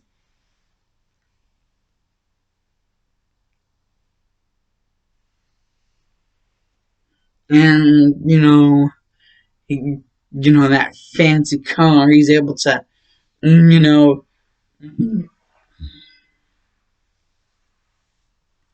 use some more of that expensive moolah to get some upgrade. You know? And, well, with all that, basically we skip over, like, 17. He isn't really doing all that much. Though he does keep himself a stable job, working around several areas near, hero agencies that go all throughout Hosu City. So yeah, he's well acquainted with the heroes in Hosu. And, he's well acquainted with a lot of the people running a lot of the establishments because he works multiple jobs in order to keep up the moolah stash. And for him, it's no problem. Apparently, whatever they were doing to his body, whatever those villains were doing to his body, it really helps with a lot of things. However, soon things take a turn for the crazier when all of a sudden Izuku remembers he still didn't get his quirk. That is unless... And then he just decides to get in his car one fateful day after, finishing up all of his workload of different jobs, and, just book it over to the quirk doctor and get his quirk evaluated. He just basically says that he's, Izuku Midoriya, and, well, basically, most everybody in Hosu City knows who Izuku Midoriya is. Because Izuku, even though he doesn't say much, unless, he feels like he should, most time it's just him being him. Just not saying much to anybody. Most of the time he's just playing the silent game, but every once in a while he'll pull up an occasional chat. That's whenever, coming up on his 18th birthday, he wants to get his quirk evaluated because that's whenever he'll finally be able to participate in UA. Be a student there. Take the entrance exams, be a student. Maybe even get into 1A. Like the top class in the most prestigious hero school. And, he does indeed think that it will be weird having to work his jobs and his school life, through and through. But that ain't the half of the shit. Because Izuku actually does figure out that he's not going to be able to do that, so he's going to have to cut some ties. However, he makes up for that by doing overtime on the jobs he does have left. Like pulling in for extra shifts where people aren't actually there to do the work that needs to be done. And let me just get something to you guys. These are very well-paying jobs. Like, Izuku isn't just going for any jobs. He's going for well-paying jobs. And so they basically know him as a guy who's really good at getting around town because he kind of has to be in order to keep up with everything. So yeah, that's why he's so well known in Hosu, even though he's not a hero or anything. And so, yeah. Basically, at one of his jobs, which is the diner, one of the ladies in one of the tables is basically like, Izuku, I never thought of you as someone who wanted to be a hero. That's because, well, she never really knew of him in his earlier life.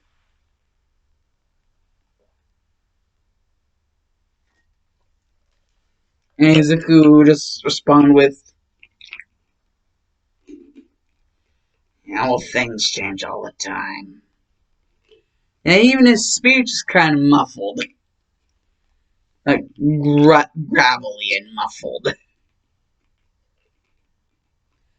It's kind of like Michael Keaton's Batman. Whenever he, speaks, it's always in the cadence of Michael Keaton as Batman. So, yeah. Basically, that would be that.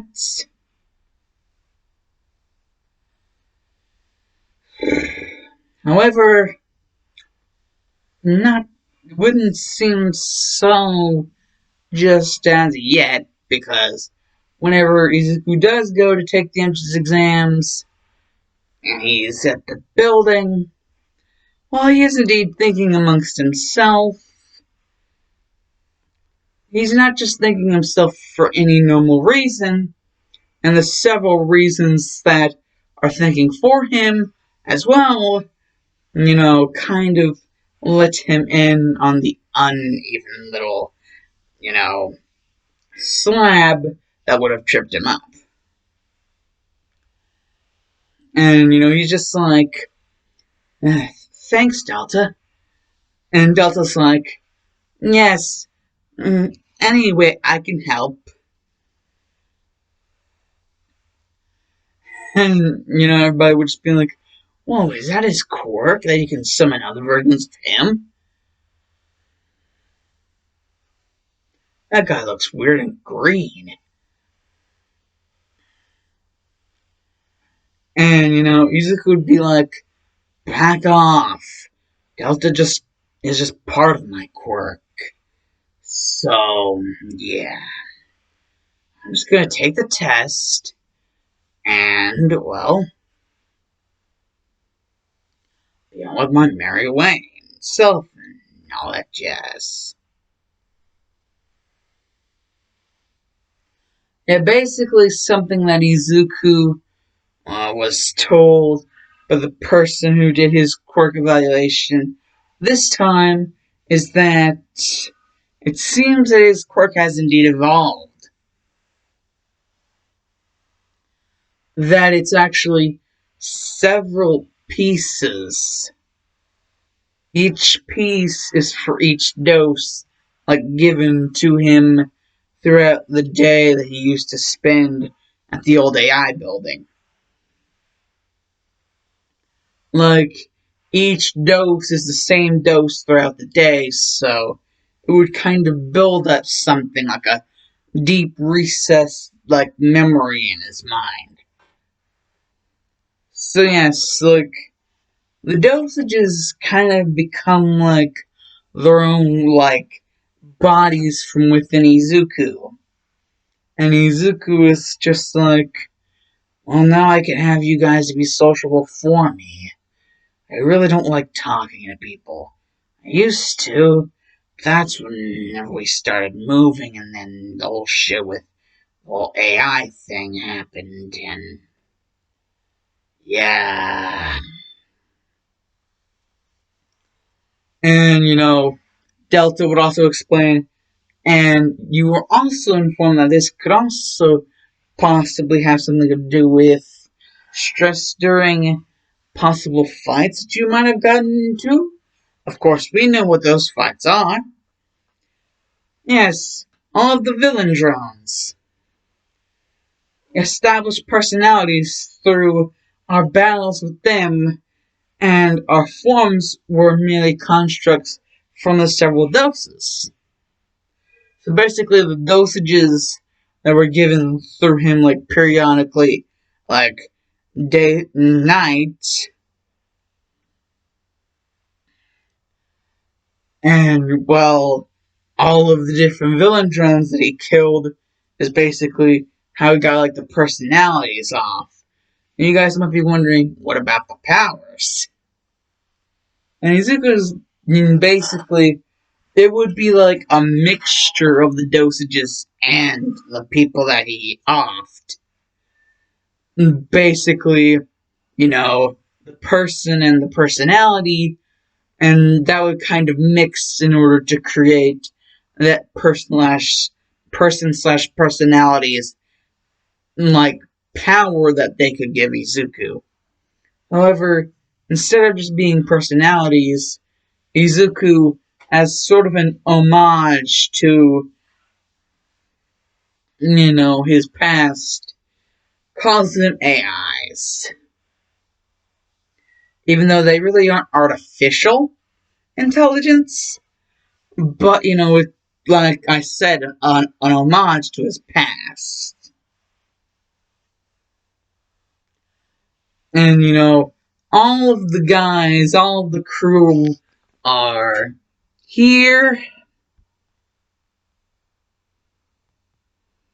All of the different boys.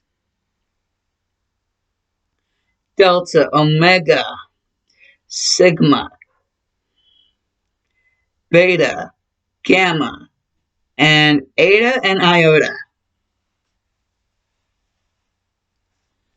which Ada and Iota kind of represent the part of Izuku, the part that doesn't like socializing.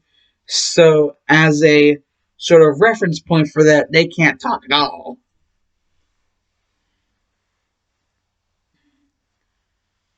However, they are able to communicate via sign language.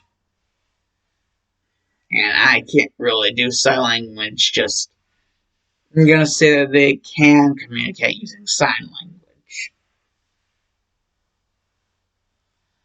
And basically, all the powers that they had in Cyber Dragon's What If, all the powers that are going to be had in this What If, for each and every one of them. And, well, yes, indeed, Delta is going to be the main mouthpiece for Izuku. Izuku basically mainly brings Delta out whenever he needs to, socialize, because Delta is like the first guy, not only the first guy out of his quirks that he met, but he seems to be someone who really understands the fact that he himself doesn't really like talking to people. Especially not after the incident with the villains. Like, first feeling so alienated because you just moved to a new place, and then they're gonna move you again, and, away from your only family, and then do this to you, and then this, and this, and this, and then this, and then you figure out this. But all throughout the years, he did still keep the brute shot. He just doesn't have it out in public. Just not. He doesn't want to scare anybody. And he has the suit kept for a special occasion. Everybody's always wondering, like, why is he carrying around a briefcase? And, well, the briefcase holds the suit. And so he can basically suit up whenever he needs to. And so, yeah. Basically, Delta is the main mouthpiece out of all of the different AIs.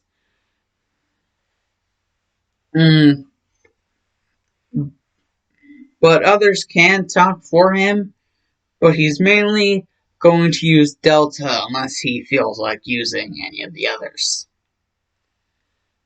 And, well, as for the Reds and the Blues, well, let's just... oh boy! Oh boy. Indeed, Bakugo wouldn't have gotten much time to actually socialize with Izuku before he was drifted off to the whole AI building. So, the Reds would be the first, people he ever really got to, like, socialize with. Though he feels very distant from them, always wanting to know what life would have been like if he could have talked to the Izuku kid. I mean, even if his quirk was, like, a unknown, like, it shouldn't take them this long to, like, get his whole quirk situation done out and, ship him back.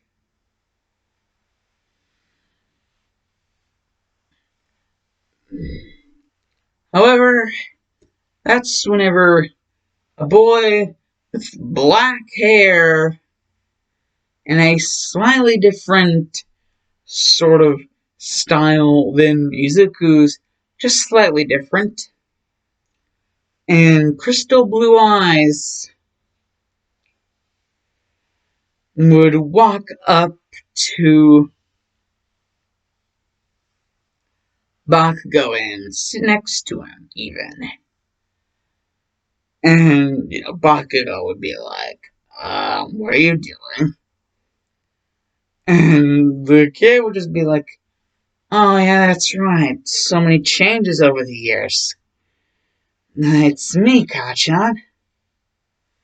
And Bakugo would just be like, what the? Izuku?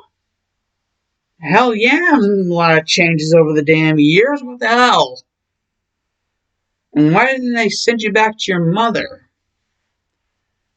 And, Izuku explains, like, the entire situation out to Bakugo. And Bakugo understands that he might need to leave certain parts out, like Ixnay the Killinsay. Basically, whenever, Bakugo just hears about the fact that Izuku's been chilling in Hosu, getting rid of all of the villain drone people, and then, doing jobs, just to keep the money afloat, and even getting his own little permit and then a license eventually, whenever he finally turns 16.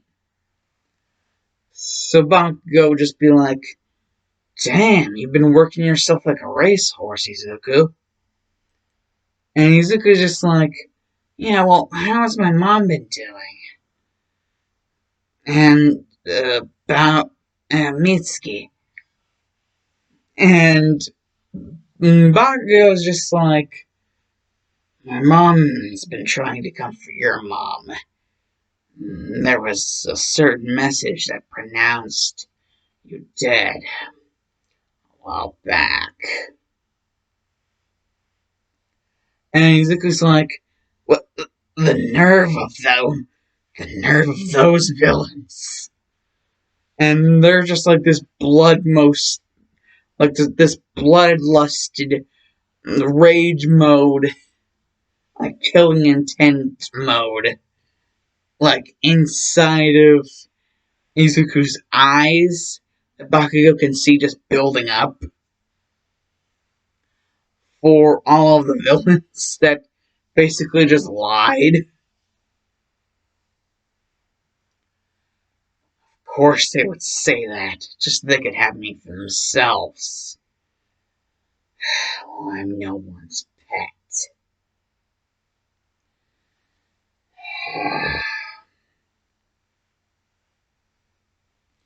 Oh, and about anything to do with my quirk. Well, it turns out it just took a lot of meddling with who I was originally to get it out. Eventually, all the serum and all of the, taking out of those villain drones, I was finally able to make something out of it. They ended up mixing together, and I also got gold powers that each one represents. Well, technically, Ada and Iota represent one power, and each other, just by sticking to each other, they can create it. So technically, I have one big power. That's technically several tiny powers in one. I call the quirk AI as sort of a homage to some old roots because, those who forget the past are doomed to repeat it. Have you ever heard that old saying? And Bakugo is just like, so, and, Izuku would actually interrupt and say, this is actually the most I've talked to anyone in quite some time. Oh, and if you're wondering if you can talk to any of them, Delta, I elected you as the mouthpiece of all the AIs, so why don't you come on, out? my friend Bakugo, Katsuki Bakugo. And Delta would just be like, hello there, I am Delta. And Bakugo would just be like, whoa! And then all the red team guys would just be like, basically, wait, did that guy just ditch us to talk to that guy? And wait, aren't those other guys that we used to know in like frickin' high school coming up to them? Oh, but we gotta do something about this. And the person who would have been saying that would have been, you know,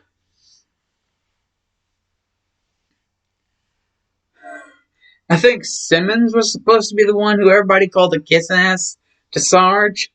So Simmons, I guess, is going to say that just to appeal to Sarge's insane ramblings.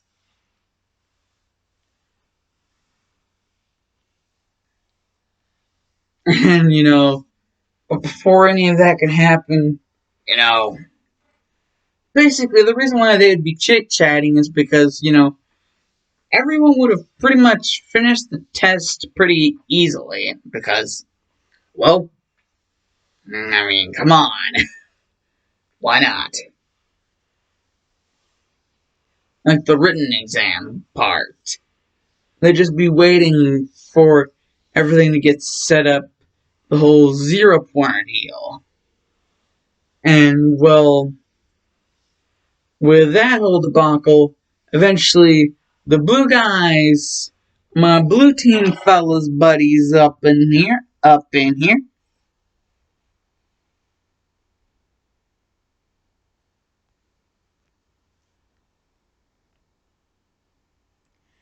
Washington, Tucker, Caboose, Carolina, and Church, the Blues, yeah, Washington, Tucker, Caboose, Carolina, and Church, yeah, they would all just walk up over there before anything could really be done, and they'd just be like, oh, that's right, right as hell, man.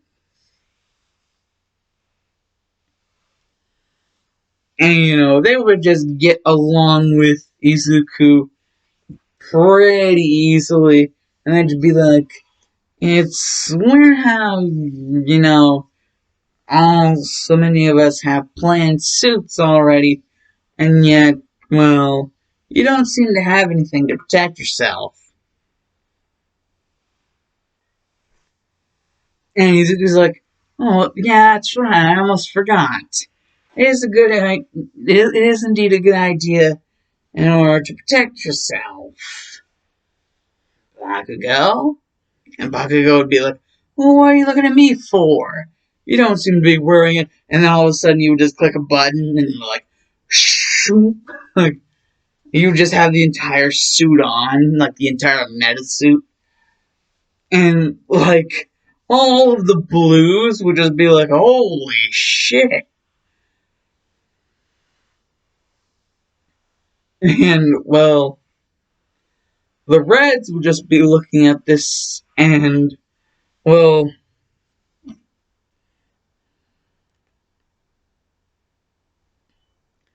Griff would just be looking at this like, okay, Simmons, now's our time to not be a kiss ass. Go up there and say something to him. And Simmons is like, I don't take orders from you. And Donut would just be like, you guys quiet down? I'm trying to hear something. And basically, like, Izuku would be like, hold on 1 second. And he would just take the helmet part off of his suit. And he would just walk up to somebody and be like, hey there. And then the person would just be like, ah! And Izuku would just be like, hey, my name is Izuku Midoriya. And basically the person would be like, Chakuluraka, nice to meet you. And Izuku would explain the whole thing about, if you're nervous, this is how it can help you not be so nervous. And, Ochako would take all that to heart. But eventually, you know, Izuku would go back to, like, helmet time. And, go back to talking with his blue buddies. All of his blue buddies, like even Carolina wouldn't care too much about, the whole connection thing. And would actually say some few words. And then Sarge would just pipe up out of freaking nowhere. And Sarge would just be like, we have to beat those dirty stick of blues. Ah, we have to beat those dirty stick of blues.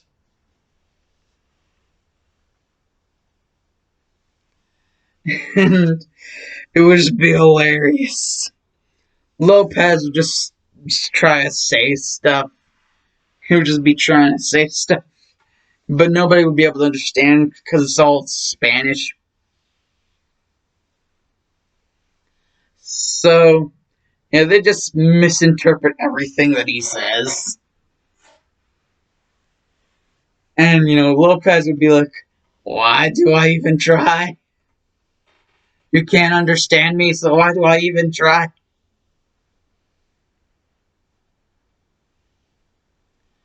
And yes, Lopez will have some sort of cyborg, like, tech on him. But that's really because, of an accident he got into.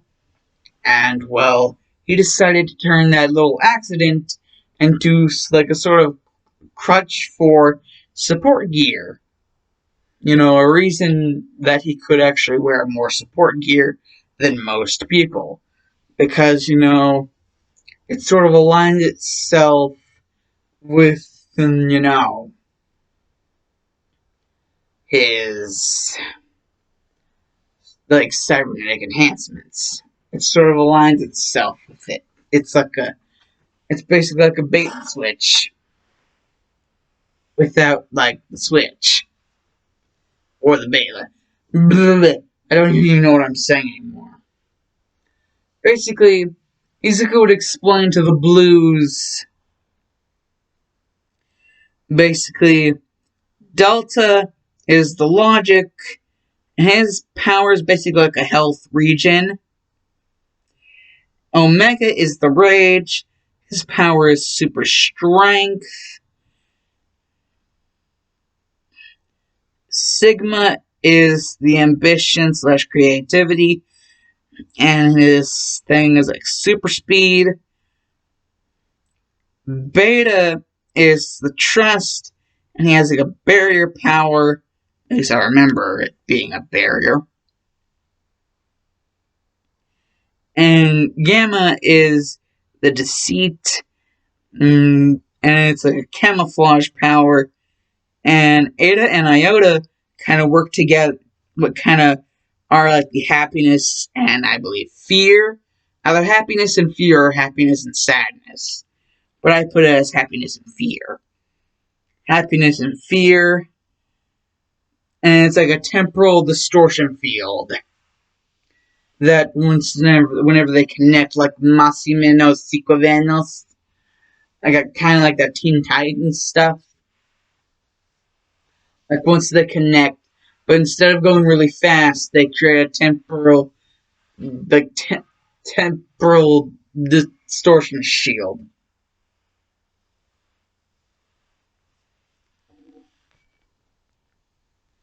All the blues are like really impressed. Like that seems like pretty cool shit. Like really cool stuff,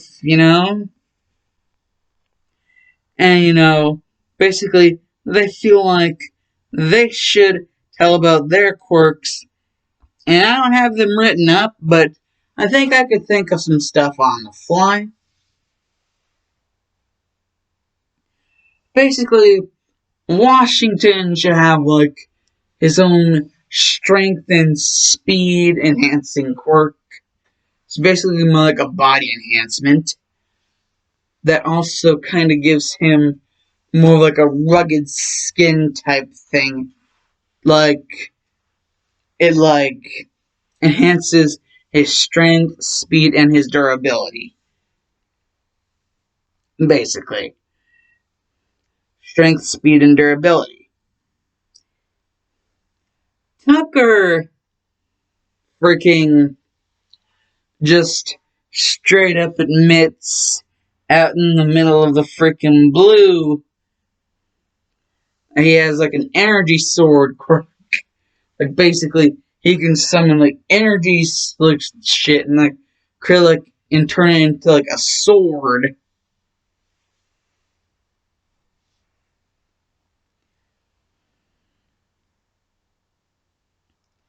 You can also turn it into like other different types of close range weapons, but that takes a lot more focus than he's usually known for having, and a lot more like actual fortitude than he's usually known for having. Because, he's always about the ladies and shit. And Caboose is just a straight up enhancement bulldozing quirk. Just like thrash through everybody as quick as possible.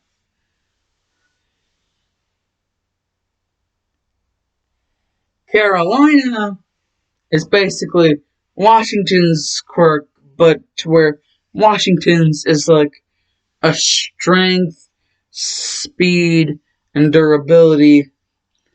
Carolina is like a strength, speed, durability, and like defense. Actually, no, I think it both are going to have strength and durability, but like Carolina will have the speed, as to where Washington will have the defense.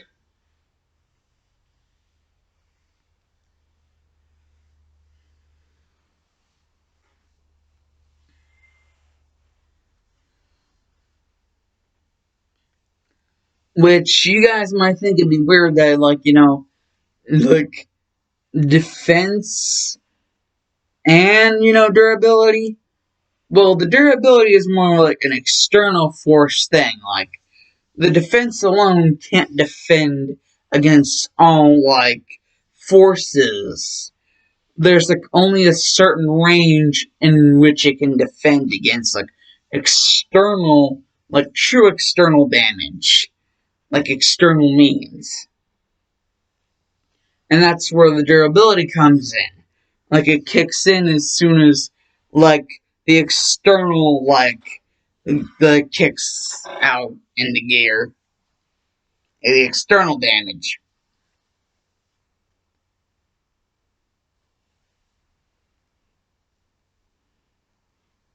And for Church, I'm just going to and give him, what should I give Church? I guess I could just, give Church the ability to, like, have, like, something of an energy freaking slicer boomerang. Kind of like the slicers in Sonic 2. Like how they had the slicing things and they could, like, toss them back and forth. And so, yeah, basically, like the slicer blades from, like, Sonic 2, but, like, made out of energy, like life energy. And, since he's so good at wielding the life energy that creates, like, the slicing, throwing things that he can do, he can also kind of project his energy, but it always just ends up crapping on him in the end. Though he can indeed, like, tap all, like, a big amount of his life energy into, like, his hand and just use it to tap out the robots. Like, if he needed to. And so basically, the build for each one of the blues is basically how they're going to go about their strategy through the whole, like, robot portion of the exam. And as for the Reds, they're not going to play a big role in the story, so I don't see why I would need to address their, quirks now. Which kind of hurts me inside because my favorite color is red. So, yes. However, indeed, the same thing with Ochako and, the Rebel and the Zero Pointer.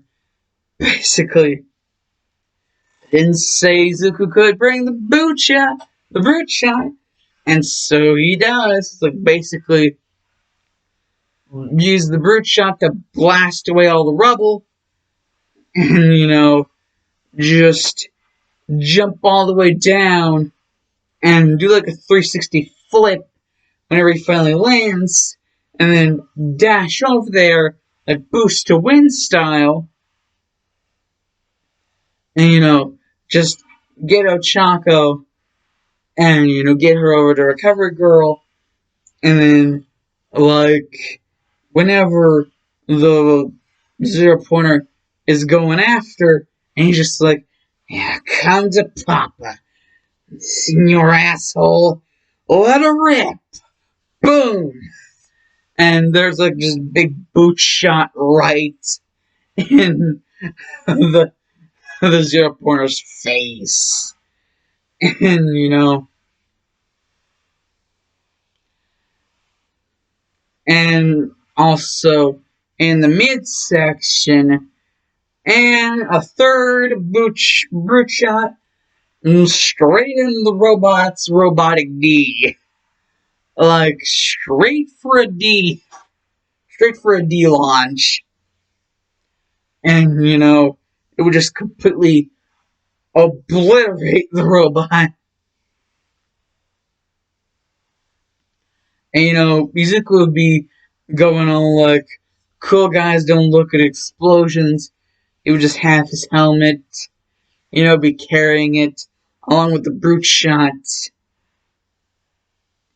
safely in its briefcase. And everybody would just be able to see his face now. And the blues would be like, cool. And Carolina would actually be like, wait, are those contacts? And Izuku would be like, don't touch.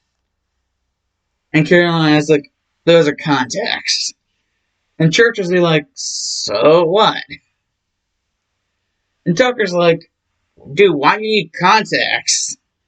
And Wash would also be like, yeah, why? What do you need contacts? And Caboose would be like, come on, guys, don't you just see that he's just trying to have some privacy? Right? You want a cookie? And, Izuku would just grab with his teeth because he's kind of has his hands full right now. And, slowly start to munch on the cookie. And whenever he finally swallowed, he'd be like, could have used some milk, but still, thanks, Caboose. And Caboose would be like, yay, friends! And, Izuku would just be like, well, if you want to think that way, sure. We're friends. In fact, I'm friends with all you guys. And gal, Carolina. I assume south? And Carolina would just be like, what? How did you... And then Izuku's like, I heard about somebody named North Carolina. Yeah, he's a frequent visitor of one of my jobs that I still managed to keep. Also, some lady by the name of Texan. But she's really, tough customer. And I think she's starting to weird your brother out. And Carolina would just be like, Texas? And then Wash would basically be like, look what you did. And Caboose would be like, oh, I'm sure it was on accident. And, Church would just be like, shut up, Caboose. And Tucker would just be like, well, it just gives more chance to go with the ladies. Maybe even in a tank. And Church would try to rebuttal with something, but he'd be like, no, it's not worth it. And, it would just be, Izuku just, hanging out in his car. And whenever he finally gets home, and, eventually the day would come, the day, where the acceptance letter would come in. And it would come in. And Izuku would open it, and that would come a hologram of All Might. And All Might, being like, you've been accepted in Your Hero Academia. Da, da, da, da. And not only that, but you've broken the record that's been held for quite some time. My record. And Izuku's like, oh, this is a personalized message? Wait, what? I broke All Might's record? Holy shit, I broke All Might's record. And Omega would be like, hell yeah. And then Beta would be like, language, you two.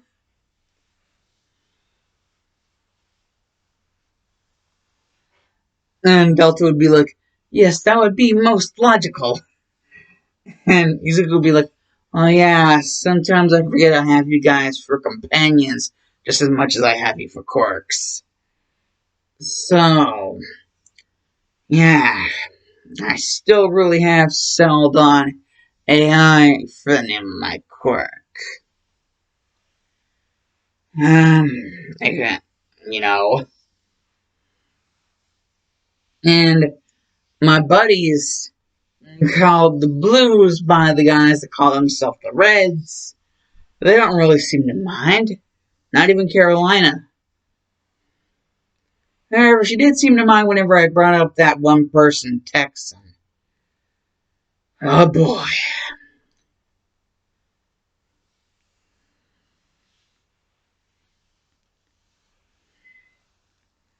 And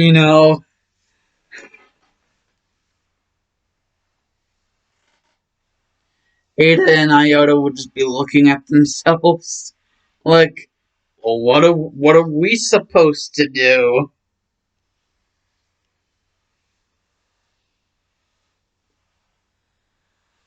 And Yuzu could be like, don't worry, you guys. If Jackson wants to bring some, extra hustle to the table, I can always escort her out of the building before she causes a scene. Or do the same thing with Carolina if she causes a scene. I mean, I admit we were friends, but still, I have to keep a job or two, or else I'll lose all the money I have to pay for all these things I have right now. Anything else I might want in the future. So...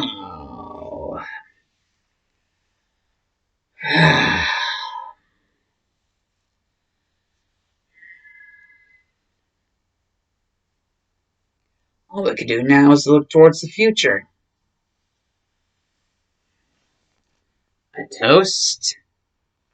And they would all just come out and agree, a toast.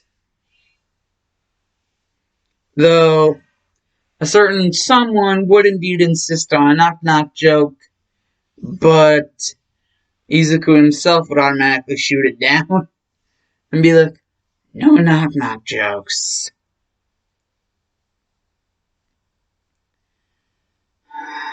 I've had enough bullshit for today.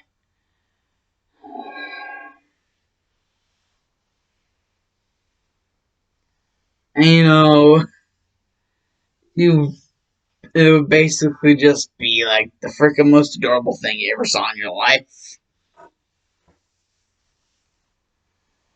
Izuku just tuckered out on the couch, not even able to get to his own bed, just passed out on the couch. Just dreaming of what tomorrow will bring.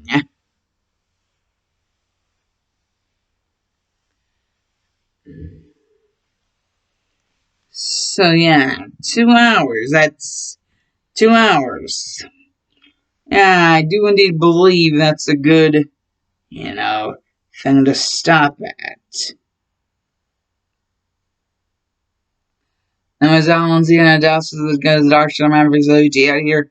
Your boys like, favorite, subscribe, and I am out. Bye.